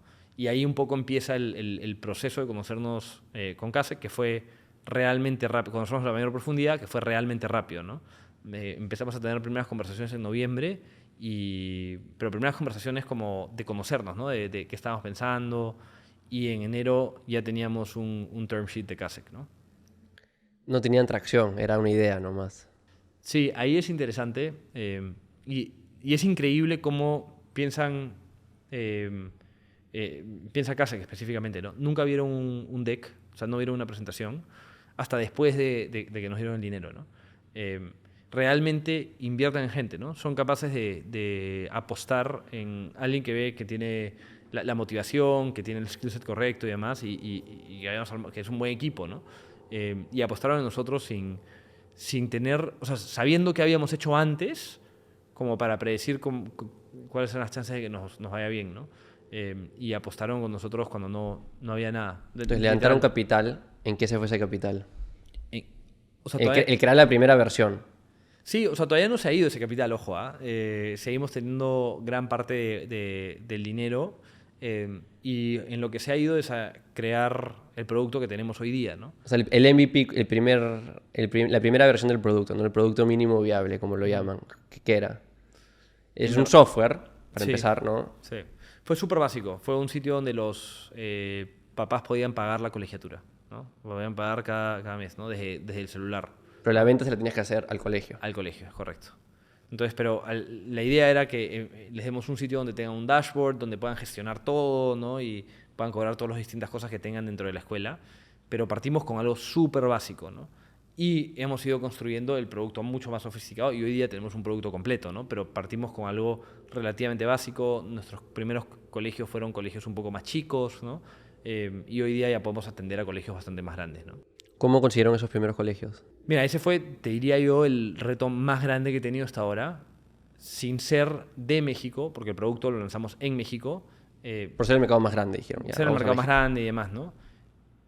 Conseguir que la gente confíe en que el dinero de su colegio pase por la empresa que te está vender Andrés Benavides, que no tenemos idea quién es, ¿no? Esa parte fue súper complicada. Yo me acuerdo, estuvimos hablando con colegios por un par de meses, no necesariamente empujando a la venta, sino descubriendo qué teníamos que hacer y demás. Y hubo unos cuantos con los que armé muy buena relación. Pero era junio y yo todavía no tenía ningún colegio y empezaban las clases en agosto. ¿Vendes una licencia? Vendemos, claro, o sea, al final es un SaaS, ¿no? Nos pagan... ¿Y varía por cantidad de padres, por cantidad de promociones? ¿Cómo es eso? Varía por alumno, ¿no? Y al final nosotros ganamos un poco de cada transacción. Entonces ahí está nuestro modelo, que está alineado en incentivos de que mientras más gente paga, nosotros también nos llevamos una parte, ¿no? Entonces ahí ese es un poco el modelo, ¿no? Una parte es a través de un fee de SaaS y otra parte es a través de los pagos que se hacen en el colegio, ¿no? ¿Y qué es lo que más te agarró desprevenido a ti, al equipo de esta industria digamos, de colegios? Mira, lo que te digo es, hay una parte que es muy presencial, ¿no? Entonces yo estaba haciendo mi maestría, la empresa la comenzamos en el segundo año de mi maestría y yo tenía que venderla a colegios, ¿no? Y era muy difícil en ese momento, a pesar de que ya están acostumbrados a virtual, pero fue muy difícil venderles totalmente digital, ¿no? y sí hemos tenido algún nivel de venta presencial que es necesario para cerrar los deals, ¿no? Entonces eso de que todavía se opere algún nivel de presencial es algo que me agarró algo de sorpresa. Tenía la hipótesis que podíamos lograr vender digital, creo que hemos logrado en algunos casos, pero sí hay un componente muy presencial todavía, ¿no? ¿Ahorita están trabajando todos presencial en México? ¿Remoto? No, remoto. A ver, hay gente que tiene que estar por México por lo que hacen, ¿no? O sea, el equipo de operaciones está en México, el equipo de ventas está en México, ¿no? Por eso estoy yo en México viviendo, ¿no? Pero el equipo de tecnología está en toda Latinoamérica, ¿no? ¿Qué ha sido distinto para ti en este proceso de emprender y ahora sí con bastante levantamiento de capital, ahora sí jugar de manera hecha y derecha este juego de startups versus lo que había sido tu experiencia en Codeable, que había sido más bootstrap, ¿no? Más en base a los propios ingresos del negocio? Sí, mira, lo que yo diría es que ambos modelos son igual de válidos, ¿no? Y tienen pros y contras, ¿no? Y hay modelos de negocio que no dan para ser venture-backed, ¿no? Que no dan para levantar esos niveles de capital, ¿no? En este caso, como mirándose atrás, creo que hace mucho sentido el paso que tomé de hacer uno que era bootstrapped. Además, no creo que hubiera tenido la capacidad de levantar capital, así hubiera sido el negocio correcto en ese momento de mi carrera, ¿no? Entonces, tú también te tienes que adaptar a la realidad en la que estás, ¿no? Hay gente que no se me hubiera ocurrido en ningún momento. Nosotros levantamos poco más de $5 millones sin nada, ¿no? Eso no era factible ni por dónde estaba Latinoamérica, ni por dónde estaba yo en mi carrera, ni por nada en el momento que empecé Codeable. Entonces, eso me obligó a afrontar las cosas de otra manera, ¿no? Y, a ver, al final, en este modelo estás jugando mucho más a tener algo que sea rentable en el más corto plazo, porque los ingresos son los que financian las cosas que haces, ¿no? Entonces, eso te obliga a hacer un negocio que es un poco distinto, que al final puede terminar siendo súper escalable, pero partes con una mentalidad un poco distinta, ¿no?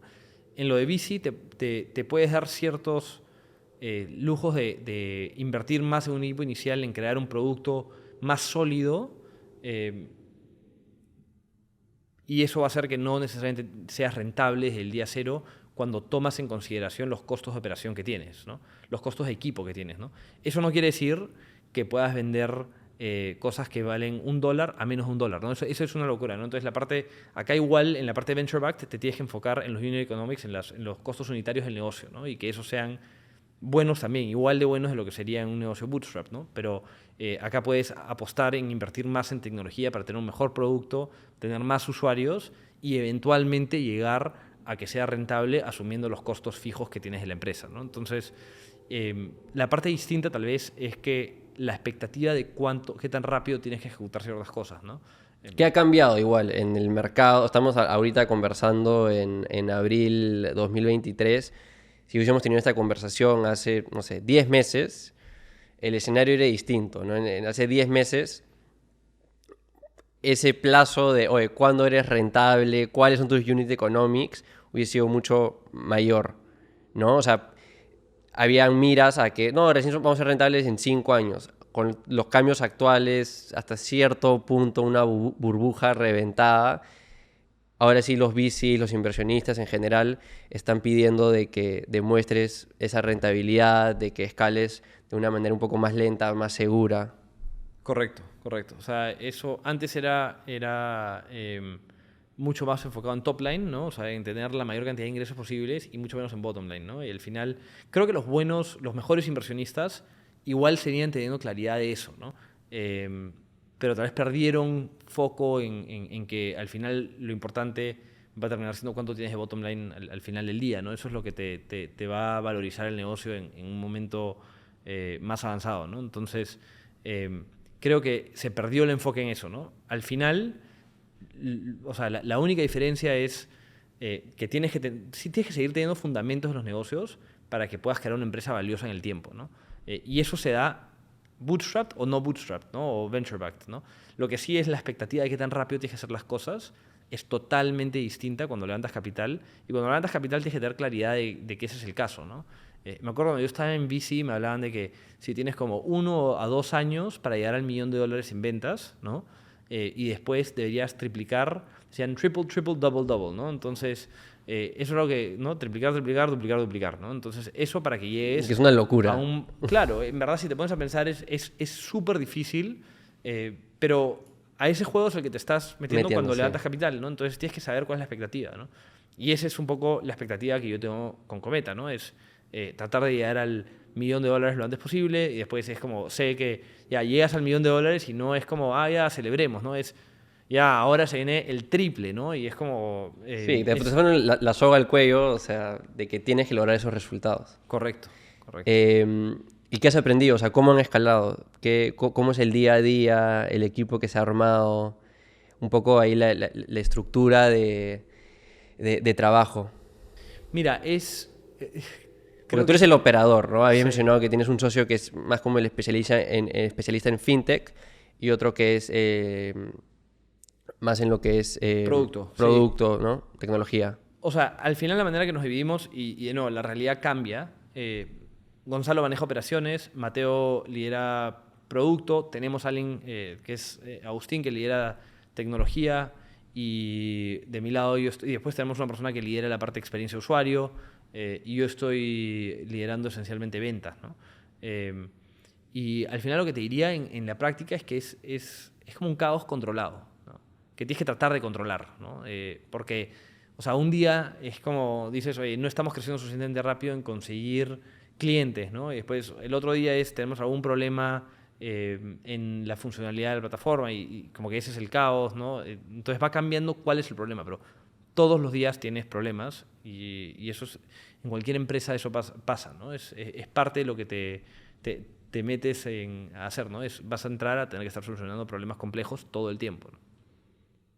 En cualquier negocio, también en cualquier trabajo, en verdad, o sea, siempre hay el riesgo de darle mucha importancia a necesidades del día a día o nuevas ideas o cosas que entran que pueden cambiar el rumbo y perder el enfoque en esas 2 a 3 cosas importantes que en un inicio marcaste como la meta, ¿no? Para ustedes, ¿cuáles son esas 2 o 3 cosas importantes y se les ha hecho difícil tratar de keep the main thing o no?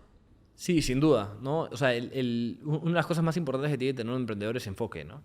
Y es muy fácil distraerte con cosas que se ven como objetos brillantes, ¿no? Shiny objects, que es como, ya. Una nueva unidad de negocio. Sí, o algo distinto que puedes hacer, o un feature más, ¿no?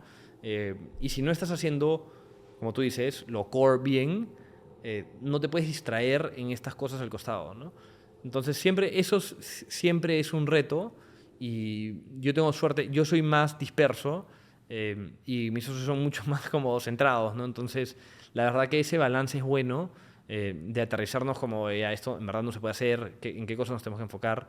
Y hoy día creo que tenemos bastante claridad en qué cosas tenemos que priorizar y en qué tenemos que lograr en el corto plazo, que es que el producto core y que la propuesta de valor se esté dando, ¿no? Y eso es, al final, nada, sacar la bulla es súper clave, ¿no? Tu producto está ayudando a, se podría decir, el área de contabilidad del colegio, el área administrativa, la gerencia también, ¿no? Porque en base a toda la data toman decisiones de, no sé, decisiones de un colegio y luego tienes a los padres. ¿Cuál de estos actores es el más difícil de hacer feliz? Buena pregunta. Creo que por donde partimos el producto, hoy día estamos más avanzados con qué también funciona para los padres de familia y ahora el enfoque es un poco más en seguir desarrollando la parte que es hacia el colegio, ¿no? Igual funciona, o sea, está funcionando bastante bien, pero lo que tenemos que hacer es seguir cumpliendo con la promesa de, al final nuestro objetivo se logra si nosotros reducimos la morosidad, o sea, la cantidad de padres que pagan tarde, y si reducimos los incobrables, ¿no? Que hoy día lo venimos haciendo, ¿no? Entonces, el enfoque es mientras más hagamos eso, más nos van a querer el equipo del colegio y el equipo de los padres de familia no van a tener que sacar a su hijo porque se les acumularon pagos y ahora ya no, se les hizo muy grande la deuda que tienen con el colegio, ¿no? Entonces, ahora el enfoque clave es seguir dando ese servicio con excelencia y logrando ese objetivo, ¿no? Que es, de nuevo, reducir morosidad y reducir el default a fin de año, ¿no? Es un objeto brillante, algo que los tienta a meterse a todo el lado, digamos, más fintech, de tal vez dar préstamos a los padres o algo por el estilo, como hablamos que en una parte de esta conversación de que en Estados Unidos es muy común esa parte de préstamos para educación y todo eso. Sí, mira, y esas son las cosas en las que mis socios han sido muy buenos en decirme como aguanta, Tranquilo. ¿no? Y en un momento, uno, que al final los negocios de fintech o de préstamos no, no dejan de existir porque nadie quiere el préstamo, ¿no? O sea, al final demanda por dinero siempre va a existir, ¿no? Entonces es una forma de tener falsa validación de que el mercado quiere eso ahí, ¿no? Porque todo el mundo quiere dinero, ¿no? Entonces ese es un negocio que es fácil conseguir clientes, pero lo difícil es cobrarlo al final del día, ¿no? Es una gestión de riesgo. Correcto, ¿no? Entonces al final no sabemos que va a haber demanda para un producto financiero, pero no es el momento ideal para nosotros para lanzar productos financieros, ¿no? Pero está en la mira. Eventualmente lo vamos a hacer, pero tenemos que pensar en el momento correcto cuando ya tengamos una posición única de data para saber prestarlas, ¿no? Pero si estamos creando un negocio puramente de financiamiento, que fue algo que evaluamos al inicio, al final la gente va a querer ese acceso a dinero, pero esa validación no es real, ¿no? O sea, al final no, el día de mañana puede empezar a quebrar y tu negocio se deja de existir, ¿no? Ya estamos empezando a ver algunos casos de negocios así en Brasil que quebraron y muchísimos negocios van a seguir quebrando porque, claro, es fácil prestar, lo difícil es recolectar, ¿no? Hablando de Toast y otros startups en general, saliéndonos un poco de Cometa, ¿qué ves como las tendencias de este mundo digital, de este mundo de startups? ¿Qué te llama la atención? Que yo sé que tú estás enfocado en Cometa, están recién iniciando y escalando rápido. Pero en general, ahí que mencionaste que eres tuitero y seguro ahí estás viendo todo lo que está sucediendo. En onda de aportarle valor a los que están escuchando, ¿qué te llama la atención? ¿Hacia dónde ves que está yendo todo esto? Sí, es una buena pregunta. Antes estaba mucho más enfocado en eso, como que mira otros negocios En un momento era tu vida, ¿no? Era mi vida, ¿no? O sea, cuando estaba en VC, después cuando estaba en Lautec y demás. Pero hoy día estoy totalmente enfocado y es súper difícil como, una vez que entras ya a modo de ejecución, es súper difícil como que abstraerte y empezar a ver cosas distintas que están pasando en el mercado, ¿no? Entonces, ahora todo el mundo habla de AI y yo la verdad que no sé lo suficiente de AI como para tener una opinión informada de qué es lo que va a pasar. Creo que va a cambiar muchas cosas, pero no sé. Entonces, la verdad que hoy día me siento como muy ignorante sobre qué cosa está trending en emprendimiento, ¿no? Sobre lo de AI, o sea, creo que, o sea, fuera de que es muy difícil crear un negocio de AI, fuera de la competencia, ¿no? El aspecto práctico de simplemente trabajar sobre esa tecnología requiere mucha inteligencia. También lo veo súper riesgoso. Siento que es algo que creas algo y en 3 meses puede ser obsoleto. Sí, sí. No, y es algo que está evolucionando muchísimo y que puede ser... Mi problema muchas veces con lo que pasa en VC, de lo que yo he visto, es que se genera un hype, ¿no? Se vuelve una moda, ahora todo el mundo habla de AI. Cuando yo estaba en el MBA, todo el mundo hablaba de Web3. Yo te juro que me cuestionaba y decía, tengo compañeros de clase que son brillantes. Y lo único que hacen es hablar de NFTs y yo decía, ¿por qué? O sea, ¿cuáles son los fundamentos detrás de lo que está pasando? O sea, no entiendo cuál es el valor que le generan a la sociedad y eso me costaba muchísimo de ver. En AI es mucho más claro, ¿no? Pero no, la moda de NFTs, de cripto, nunca la entendí y me costó mucho y como, la verdad que me frustraba porque yo decía como, oye, y yo, tipo, web 2, Web 1, como que suficiente, ¿no? Para crear impacto en Latinoamérica y la gente hablaba de cosas que para mí me parecía una derivada muy, tipo, alejada, ¿no? Y seguramente hay cosas que de cada hype van a seguir siendo relevantes, pero cada hype también trae basura, ¿no? Y eso es lo que yo vi literalmente por todos lados, ¿no? Me acuerdo que hablaba con un amigo mío que trabaja en cripto y que era como, oye, creo que 40 personas, no sé si 40, pero 30 personas del MBA y 20 personas se fueron a cripto, queda una persona o dos trabajando en cripto, ¿no? Como que la verdad es que hubo, o sea, un sobrehype, ¿no? Y eso es una de las cosas que yo a veces me preocupa cuando hablamos de como la nueva tendencia, ¿no?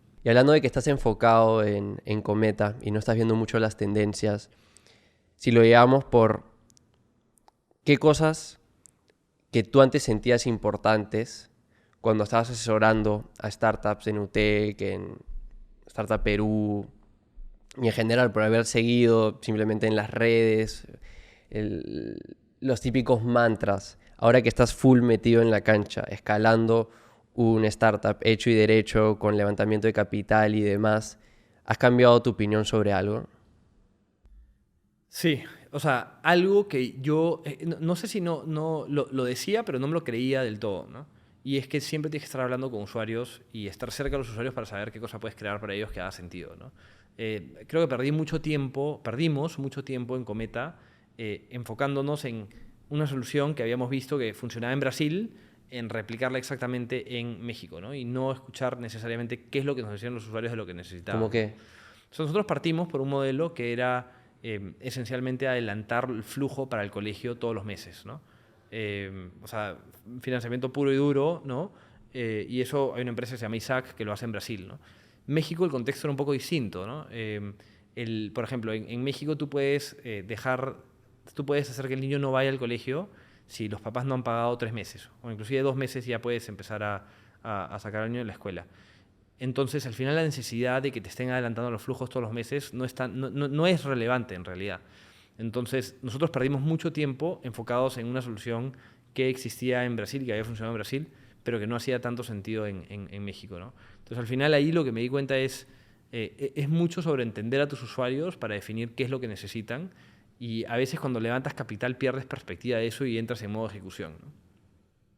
¿hay algún como status quo del mundo startupero que rechazas? O sea, algo que tú sientes vas contra la corriente de todos tus amigos emprendedores o lo que escuchas en redes. Ya, mira, una de las cosas que creo que es bastante distinto, todos te dicen, y es lo que yo he hecho, empezar el negocio en México, ¿no? Creo que es muy valioso irte a México a emprender, pero también creo que se puede emprender desde Perú, ¿no? O sea, el que quiera empezar una empresa también lo puede hacer desde acá, y estás viendo cada vez más casos de gente, y tú me has mencionado varios, que están creándolos en Perú y escalándolos a otros lugares, ¿no? Entonces, si bien mi camino fue emprender en México, y creo que eso es súper importante, no es no es siempre el camino que tienes que llevar. Es el camino que llevé yo, pero estoy seguro que hay muchos emprendedores que pueden tener éxito partiendo por Lima. Lima es una ciudad bastante grande y después expandiéndose a otros lugares, ¿no? Creo que la pandemia ayudó bastante a eso, ¿no? Total. A descentralizar un poco los emprendimientos, el trabajo. Sí. Lo que sí te diría que es una tontería que escucho bastantes veces es como que todavía no tienes éxito en un mercado y ya estás pensando en qué otros mercados abrir, ¿no? Entonces, eso es algo que no me hace lógica. Como que una empresa que todavía esté muy inicial y ya diga, oye, vamos a lanzar otro mercado, pierdes enfoque, ¿no? Entonces, eso de empujarte a ir a México de frente también creo que puede ser tóxico, ¿no? Sí, y hay muchas diferencias entre mercados, aunque la gente no los nota, ¿no? O sea, tranquilamente, como mencionaste, ¿no? Entre Brasil y México es un poco más lógica la diferencia, fuera de cualquier tema legal que pueda haber por el idioma, pero de seguro hay diferencias entre México, Perú, Chile, Colombia, que a primera vista, a menos que seas alguien que en verdad ha estado tiempo en cada lugar, no te darías cuenta. Claro, claro. No, y al final, o sea, o sea, es muy distinto México y Brasil, creo que son. O sea, Latinoamérica hispanohablante es Claro, muy exacto. distinto a Brasil, ¿no? Y si tú lo miras, no hay tantas empresas que escalan de Brasil al resto de Latinoamérica. Sí ves como Latinoamérica a Brasil, ¿no?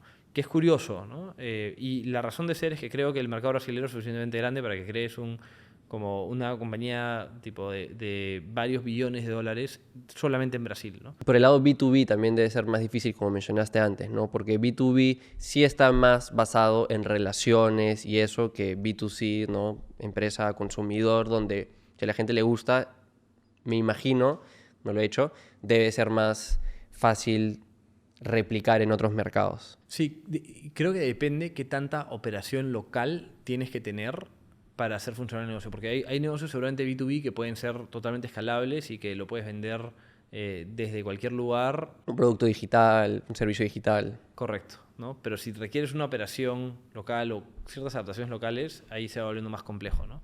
Entonces creo que el advice de irte de frente a, oye, emprender, y esto lo digo, de frente a emprender en México sí hace sentido, pero alguien que recién está partiendo en Perú y que le digan, que es algo que me pasaba bastante, como que todo el mundo decía, oye, tienes que irte a México, ¿no? Y ándate a México cuando ya averiguaste cómo hacerlo, por lo menos bien acá, y lo haces relativamente bien, ¿no?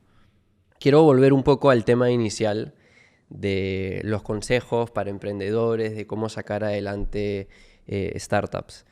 En general, o sea, si tú hablases ahorita con un universitario, alguien joven, alguien en sus 20s, que quiere empezar el proceso de emprender, no lo ha hecho antes, ¿cuáles son estos como basics, estos básicos que tiene que cumplir?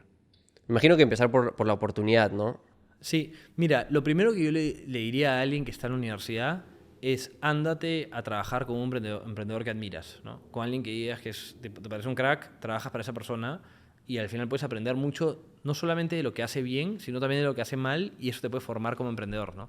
Y te puede dar redes de contacto para que después, el día que tú quieras emprender, él pueda ser un inversionista, te pueda presentar a sus inversionistas y demás. Entonces, me parece que esa parte como es súper valiosa y no necesariamente lanzarte de cero a emprender, ¿no?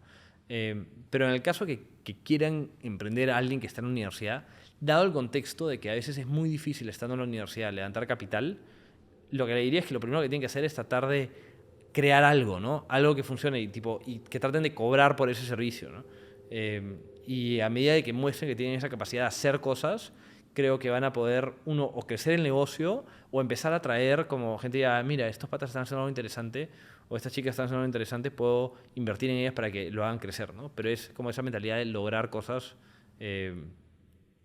o sea, algo de tracción, algo que demuestre que han tenido progreso, ¿no? Dijiste una palabra que tiene mucha relación a algo que yo siempre recomiendo, que es la palabra servicio. Yo siempre recomiendo, tal vez es porque es lo que yo hice, pero también me hace más lógica que en lugar de empezar un producto, en especial un producto físico, empieza un servicio, algo donde estás dando tu tiempo a cambio de un resultado, ¿no? Por ejemplo, en mi caso, yo cuando estaba en la universidad, como tú dices, no iba a empezar un venture back, no iba a recaudar decenas de miles, cientos de miles, mucho menos millones en capital, no me lo iban a dar. Empecé un negocio de servicios, una agencia digital que podía hacer estando en clases, estando en mi casa, en cualquier lugar, con mi computadora, en este caso creando contenido, haciendo campañas digitales, anuncios digitales, páginas web, todas estas cosas, y aprendes mucho en ese proceso. En primer lugar, es menos riesgoso porque no tienes que incurrir en gasto para comprar mercancía, para luego vender, que si no vendes pierdas el dinero. Es mucho más fácil iterar el producto, el servicio, ¿no? Más difícil de que te copien. Y aprendes en ese proceso a vender, a contratar, a manejar flujo de caja, todas estas cosas súper básicas que si luego quieres hacer algo más startupero, algo más escalable, puedes hacer ya con esa primera experiencia. Sí, o sea... Que es más o menos lo de Codeable, es medio que eso también, ¿no? Sí, Codeable era totalmente un servicio al inicio, ¿no? Y era un servicio que no requería mucha tecnología detrás y fue algo que pude hacer en el momento. O sea, tienes que pensar, según el repertorio de herramientas que tienes al día de hoy, qué es lo que puedes crear, ¿no? Y con eso juegas, ¿no? Con eso te toca salir a tratar de avanzar lo más posible por tu cuenta, ¿no? ¿Hay alguien que a ti te ha ayudado muchísimo en tu camino? ¿Alguien particular? Habías mencionado un VC. Sí, o sea, los de Kasek me ayudaron muchísimo. Mencioné a Esteban Sosnick de Reach. O sea, al final, creo que una cosa que hice relativamente bien es que me rodeé de mucha gente y conseguí ayudas para distintas cosas mientras iba en mi carrera en general, ¿no? La persona con la que empecé Codeable, que en ese momento fue mi jefe, que se llama Taylor McElmore, me ayudó muchísimo. Aprendí muchísimo de él, de Gonzalo Villarán en la UTEC también, de Carlos Geren, que era que al final le terminó reportando en un momento a Carlos. Aprendí muchísimo de toda esa gente, ¿no? Entonces, al final, creo que lo que tienes que hacer, y de nuevo, pensando en un universitario, pensando en alguien que está empezando su carrera, es tienes que trabajar para alguien para el cual realmente puedes aprender, ¿no? Y si no te están dando eso, como especialmente al inicio de tu carrera, si tienes el lujo de no depender, tienes menos costos en tu vida, tal vez no tienes una familia, entonces puedes asumir más riesgos, puedes ganar menos dinero. Creo que tienes que optimizar por qué te lleva a la siguiente etapa de tu carrera, qué te lleva a más aprendizaje, ¿no? Entonces eso es algo que para mí creo que yo hice bien y también estaba en una situación privilegiada donde no tenía costos mayores, ¿no? Y digamos que ya pasó por ese camino. Ya se juntó con alguien, aprendió lo que le gusta, lo que no le gusta, este otro emprendedor, o tal vez alguien que ya saltó ese paso y se manda de frente. Y identificó un problema que quiere resolverse el que sea, ¿no? ¿Qué has aprendido en cuanto a marketing, ventas, tal vez hasta recursos humanos, contratación, como algunos basics de estos pilares de operaciones, marketing, ventas, recursos humanos, que te han servido mucho a ti? Sí, mira, lo primero que te diría es, creo que todo el mundo lo dice, ¿no? Pero tienes que contratar al mejor equipo posible, ¿no? Y siempre dejar la valla súper alta de qué calidad de gente vas a traer, ¿no? Porque al final la empresa es un cúmulo de gente empujando una misión en común, ¿no? Entonces, si no tienes la gente correcta, no vas a poder lograr nada de lo que tienes en mente, ¿no? Entonces, una de las cosas que me llevo es armar el mejor equipo posible y dedicarle la mayor cantidad de tiempo. Y si eso significa que te tienes que demorar más en contratar a alguien, ese tiene que ser el caso, ¿no? Al final, traer a gente que no estés tan convencido, a pesar de que te puede solucionar algo en el corto plazo, a mediano y a largo plazo, no son ideales para la compañía, o sea, es en detrimento de la compañía. Y cada compañía que creas la estás creando para el largo plazo. No estás creando para lograr la meta en 3 meses, porque tal vez cortar esos caminos te lleva a que en el tiempo estés en una peor posición, ¿no? Hay unas recomendaciones en líneas a eso que yo he aprendido, que una es el equipo que te llevó a cierto nivel no necesariamente es el mismo equipo que te va a llevar al siguiente, y ese equipo también va a ir cambiando. Obviamente, dentro de lo posible quieres mantener a las mismas personas, pero sí hay como distintos niveles y ese equipo va a ir cambiando. Mira, sobre contratar específicamente, al inicio, una de las cosas que me llevo es que tienes que traer más a generalistas, ¿no? A gente que pueda hacer de todo, porque si bien puedes tener una idea de qué necesitas, ese qué necesitas va a cambiar, ¿no? Y necesitas a alguien que puedas meterlo no sé, en nuestro caso, ¿no? A montar a colegios a la plataforma, después a que hagan customer support, ¿no? Después a que hagan prospección, no sé, tienen que hacer como un montón de cosas al inicio, ¿no? Y eventualmente vas generando mayor especialización en los roles, ¿no? Pero una de las cosas que me llevo es al inicio tienes que enfocarte un montón en traer a generalistas, ¿no? Y lo que yo estoy viendo es que los buenos generalistas después siempre vas a encontrar algo que puedan hacer dentro de la empresa y van a ser súper valiosos, ¿no? Al final... Claro, para alguien joven es increíble, en verdad, empezar como generalista. Aprendes un montón, aprendes qué te gusta, qué no te gusta y eventualmente, como tú dices, por ahí que encuentras algo que en verdad te apasiona. Sí, y después, eventualmente, dentro de la empresa, tienes que... Seguramente, todavía creo que no estamos en esa etapa, traes a gente que ya ha hecho ese rol por muchos años y es el especialista en un tema en concreto, ¿no? Nos empieza a pasar con ciertos roles, pero al inicio, de nuevo, una de las cosas que yo me llevaría es enfocarte en traer a generalistas que puedan solucionar los retos que tienes y que no te digan, oye, no tengo idea cómo hacer esto, ¿no? Que averigüen cómo solucionar este nuevo reto que aparece que tal vez no estaba en la descripción de la chamba que iba a hacer, ¿no? Hay una manera fundamental en cómo has cambiado la manera en la que trabajas desde los inicios de tu carrera, llamémoslo UTEC o Codiable, a cómo trabajas ahora, cómo te organizas tu tiempo, cómo organizas tu semana, que tal vez sirva también como un consejo. Sí, mira, una de las cosas que yo me di cuenta eh, es que era poco eficiente con mi tiempo, ¿no? Al inicio de mi carrera. Como ponía una reunión y era normal que una reunión se alargue a 1 hora y media, ¿no? Que la había puesto para 1 hora, y como que iba un poco más como free flow en las cosas. No necesariamente no tenía objetivos de qué cosas quiero sacar en cada reunión, ¿no? Y creo que a cierto nivel, mientras vas creciendo, y además mientras vas creciendo en posición, te vas dando cuenta que no usar bien el tiempo de la gente es perder dinero, o sea, estás Es un costo. costando a la empresa, es literalmente un costo, ¿no? Y yo me di cuenta o sea, el choque ahí fue súper concreto cuando empecé a trabajar en Codeable, que lo hice con un venture studio de Nueva York, ¿ya? Y en un momento me llegó el feedback de, oye, nos separas media hora y te tomas 45 minutos, ¿no? Y fue como que, ya, ¿pero qué? Y es como, nosotros no habíamos separado 45 minutos, habíamos separado media hora, ¿no? Entonces, y era lo que habíamos pensado, ¿no? Entonces, al final me llegó eso por todos lados y me di cuenta de que tengo que ser mucho más eficiente con qué cosa quiero sacar en la reunión, y si voy a agendarle tiempo a la gente es para un objetivo en concreto y tengo que ser mucho más eficiente con cómo saco ese objetivo en concreto junto, ¿no? A tiempo, ¿no? Entonces es una cosa que además creo que el trabajar en gobierno es lo opuesto, ¿no? Como que la gente está acostumbrada, como se hacen reuniones que se alargan horas de horas de horas y eso es normal, ¿no? Y eso fue algo que me tocó cambiar bien marcado, te diría, y fue un antes y un después, y hoy día trato de ser mucho más eficiente en mi carrera, y si no sería imposible hacer lo que hago porque no me daría el tiempo, ¿no? Sobre productividad, ¿hay algún tipo hack, alguna metodología? Ya seguro ya no juegas fútbol, no sé si estás jugando tenis. Eh, ¿cómo te mantienes a tope de productividad? ¿Eres cafetero? No, no tomo café. O sea, es más, soy bastante acelerado, entonces tomar café me acelera demasiado. Entonces no tomo café por eso, aunque me encanta el café. Eh, una de las cosas que yo me di cuenta que me hacía un mal es al inicio de Cometa no hacía deporte. Porque es como que, oye, estoy demasiado ocupado, estoy demasiado estresado. Y lo que me di cuenta es que yo era menos efectivo con mis cosas cuando no hacía deporte. Entonces, una de las cosas que me llevé es empecé a hacer deporte, volver a hacer deporte. Y la verdad que creo que o sea, hubo un antes y un después de cómo me manejaba, ¿no? Entonces, a pesar de que estés súper ocupado, tienes que darte espacio para ti mismo, ¿no? Y al final darte cuenta que emprender es una maratón, es una carrera, ¿no? O sea, el estar trabajando 18 horas sin parar es insostenible en el tiempo, ¿no? Vas a tener que trabajar un montón de horas y trabajar una loquera de horas, ¿no? Pero eventualmente también tienes que darte espacios para poder respirar y recargar energía, ¿no?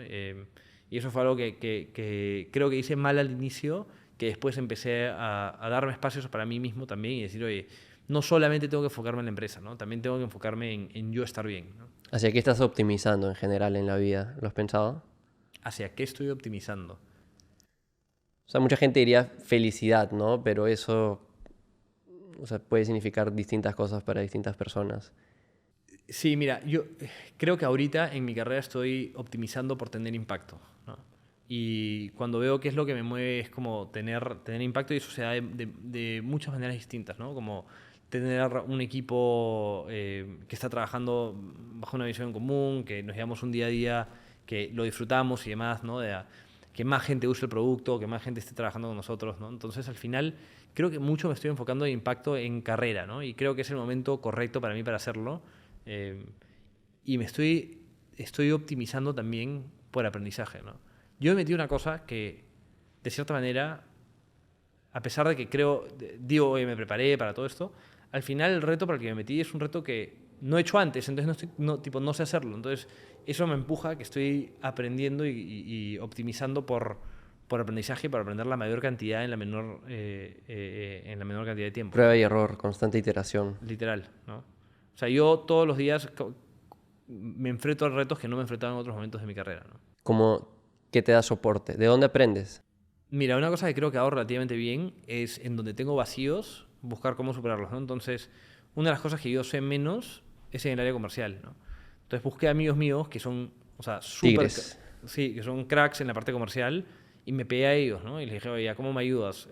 Inclusive algunos invirtieron, ¿no? Entonces ahí un poco el que haya invertido a mí me da esencialmente el derecho de llamarlos y decirle, oye, ¿cómo funciona esto? ¿No? ¿Qué tengo que hacer? Tengo este reto, ¿cómo lo soluciono? ¿No? Entonces, la verdad que me rodeo de gente que sabe los huecos que yo tengo, siento que tengo, saben cómo solucionarlos, ¿no? Andrés, me has vacilado un montón en esta conversación. Me has inspirado también. Me encanta que haya alguien así tan motivado por ayudar en la educación, que a mí es un tema que me apasiona un montón. Yo también, como te mencioné, poco a poco también me estoy metiendo en el tema.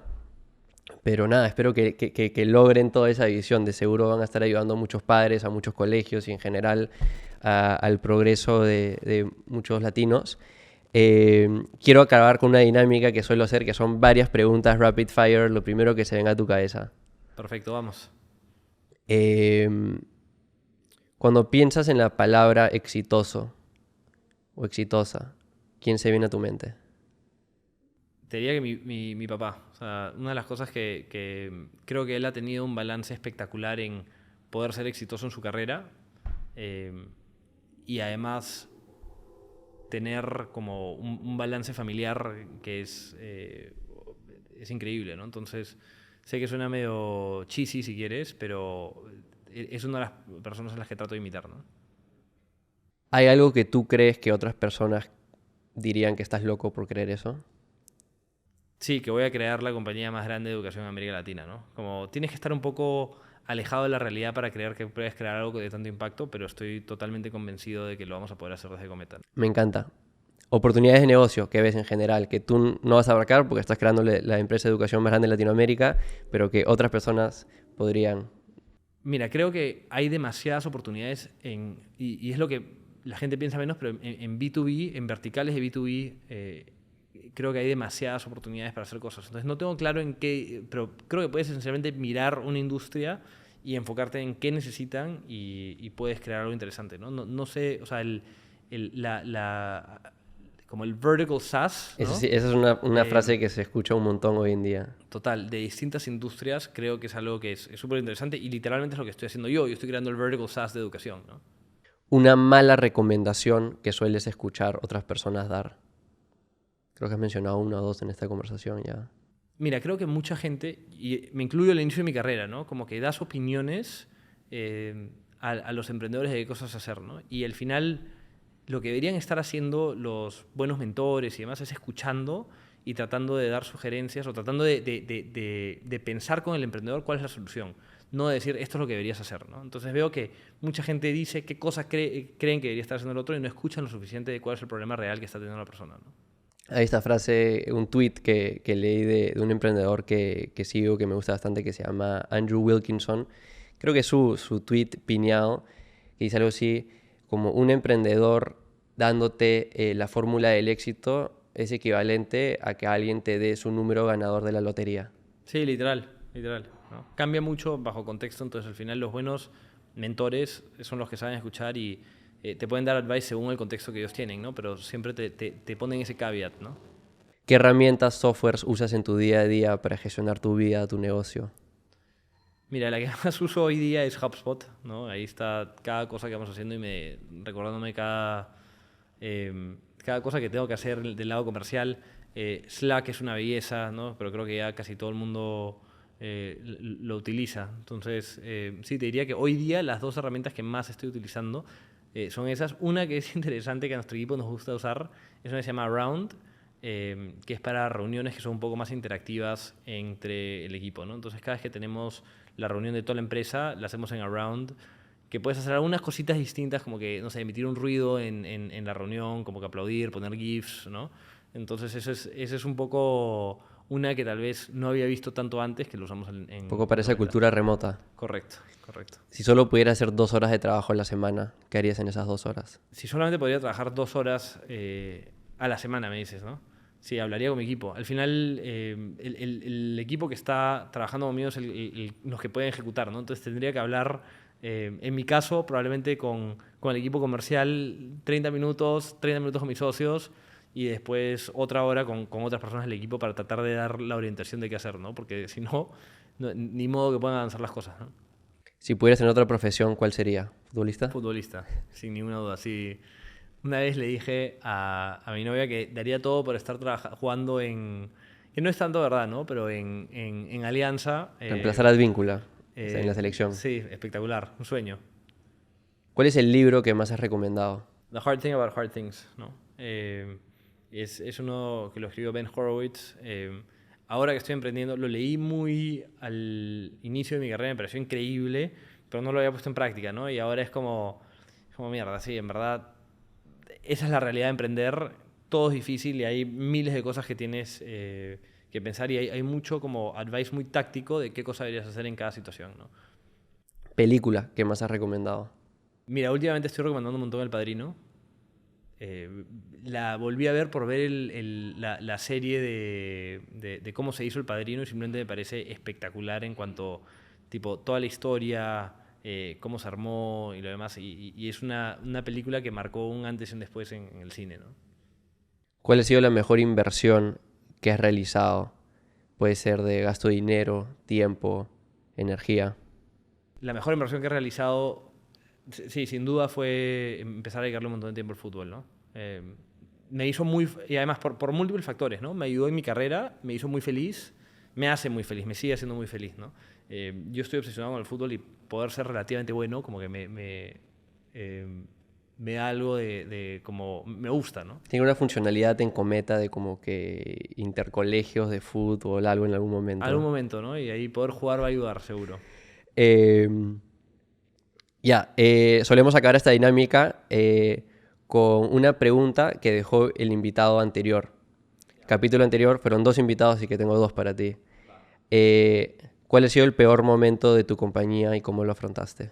Así en corto. Sí, lo tengo súper claro, ¿no? yo estaba en Stanford, habíamos levantado, o sea, $5 millones y era junio y no teníamos ni un cliente, ¿no? Entonces yo decía, estaba súper agobiado con ya cómo consigo esos primeros clientes. Tenía varias conversaciones en paralelo, pero no tenía la claridad de si lo iba a poder conseguir, ¿no? Literalmente me gradué de la universidad y el día después estaba en un vuelo a México para ir a hablar en persona con los clientes, ¿no? Pero esa sensación de como en todo momento le puedes dedicar más horas a chambear, pero no te generan, o sea, más horas no te generan ningún outcome, ¿no? Entonces yo le metía más horas a pensar y lo único que me generaba era como que ansiedad de qué va a pasar, qué va a pasar, qué va a pasar, qué va a pasar si no lo logro, ¿no? Entonces eso en verdad fue un loop como donde no podía hacer mucho, lo que tenía que hacer era irme a visitarlos, pero fue súper como estresante, ¿no? Y inclusive acuerdo, un momento uno de los ingenieros me dijo, sí, dudaba en cómo el futuro de Cometa porque no veía que conseguíamos los primeros clientes, ¿no? Y eso se resolvió y después nos ha ido súper bien con clientes, pero ese reto para mí fue como lo más agobiante para mí, ¿no? Y la última, ¿cuál es tu mayor miedo? Uf, una de las cosas, en verdad, y me da pánico como el fracasar siempre me ha dado, ¿no? Y eso es una de las cosas que me lleva a empujar y seguir haciendo las cosas bien, ¿no? Y a meter un montón de horas y me da un montón de drive, ¿no? Pero soy súper perfeccionista y todo el tiempo tengo miedo del qué dirán, ¿no? Y es una estupidez, ¿no? Entonces al final es algo que trato de trabajar mucho en mí mismo y no enfocarme en qué piensan terceros, ¿no? Pero es algo que sin duda me cuesta, ¿no? Siempre a veces me entra esa duda y digo, esto es una pelotudez, ¿no? Como que no es relevante, tengo que enfocarme en lo que yo tengo que hacer y lo que me hace feliz a mí y no estar pensando lo que piensan terceros, ¿no? Me encanta. ¿Qué pregunta le quieres dejar al próximo invitado? Si podrían volver a empezar en su carrera, ¿qué harían distinto? ¿No? Me interesa, siempre es bueno escuchar como qué cambiarías de tu trayecto, porque seguramente los que van a venir son gente súper exitosa, entonces que esencialmente eso te va a responder qué cosa aprendieron y qué adaptarían para otra persona cuando lo quiera hacer, ¿no? Andrés, te voy a visitar en México y vamos a hacer la segunda parte ahí, ¿te parece? Perfecto, encantado. Muchísimas gracias. Nos vemos.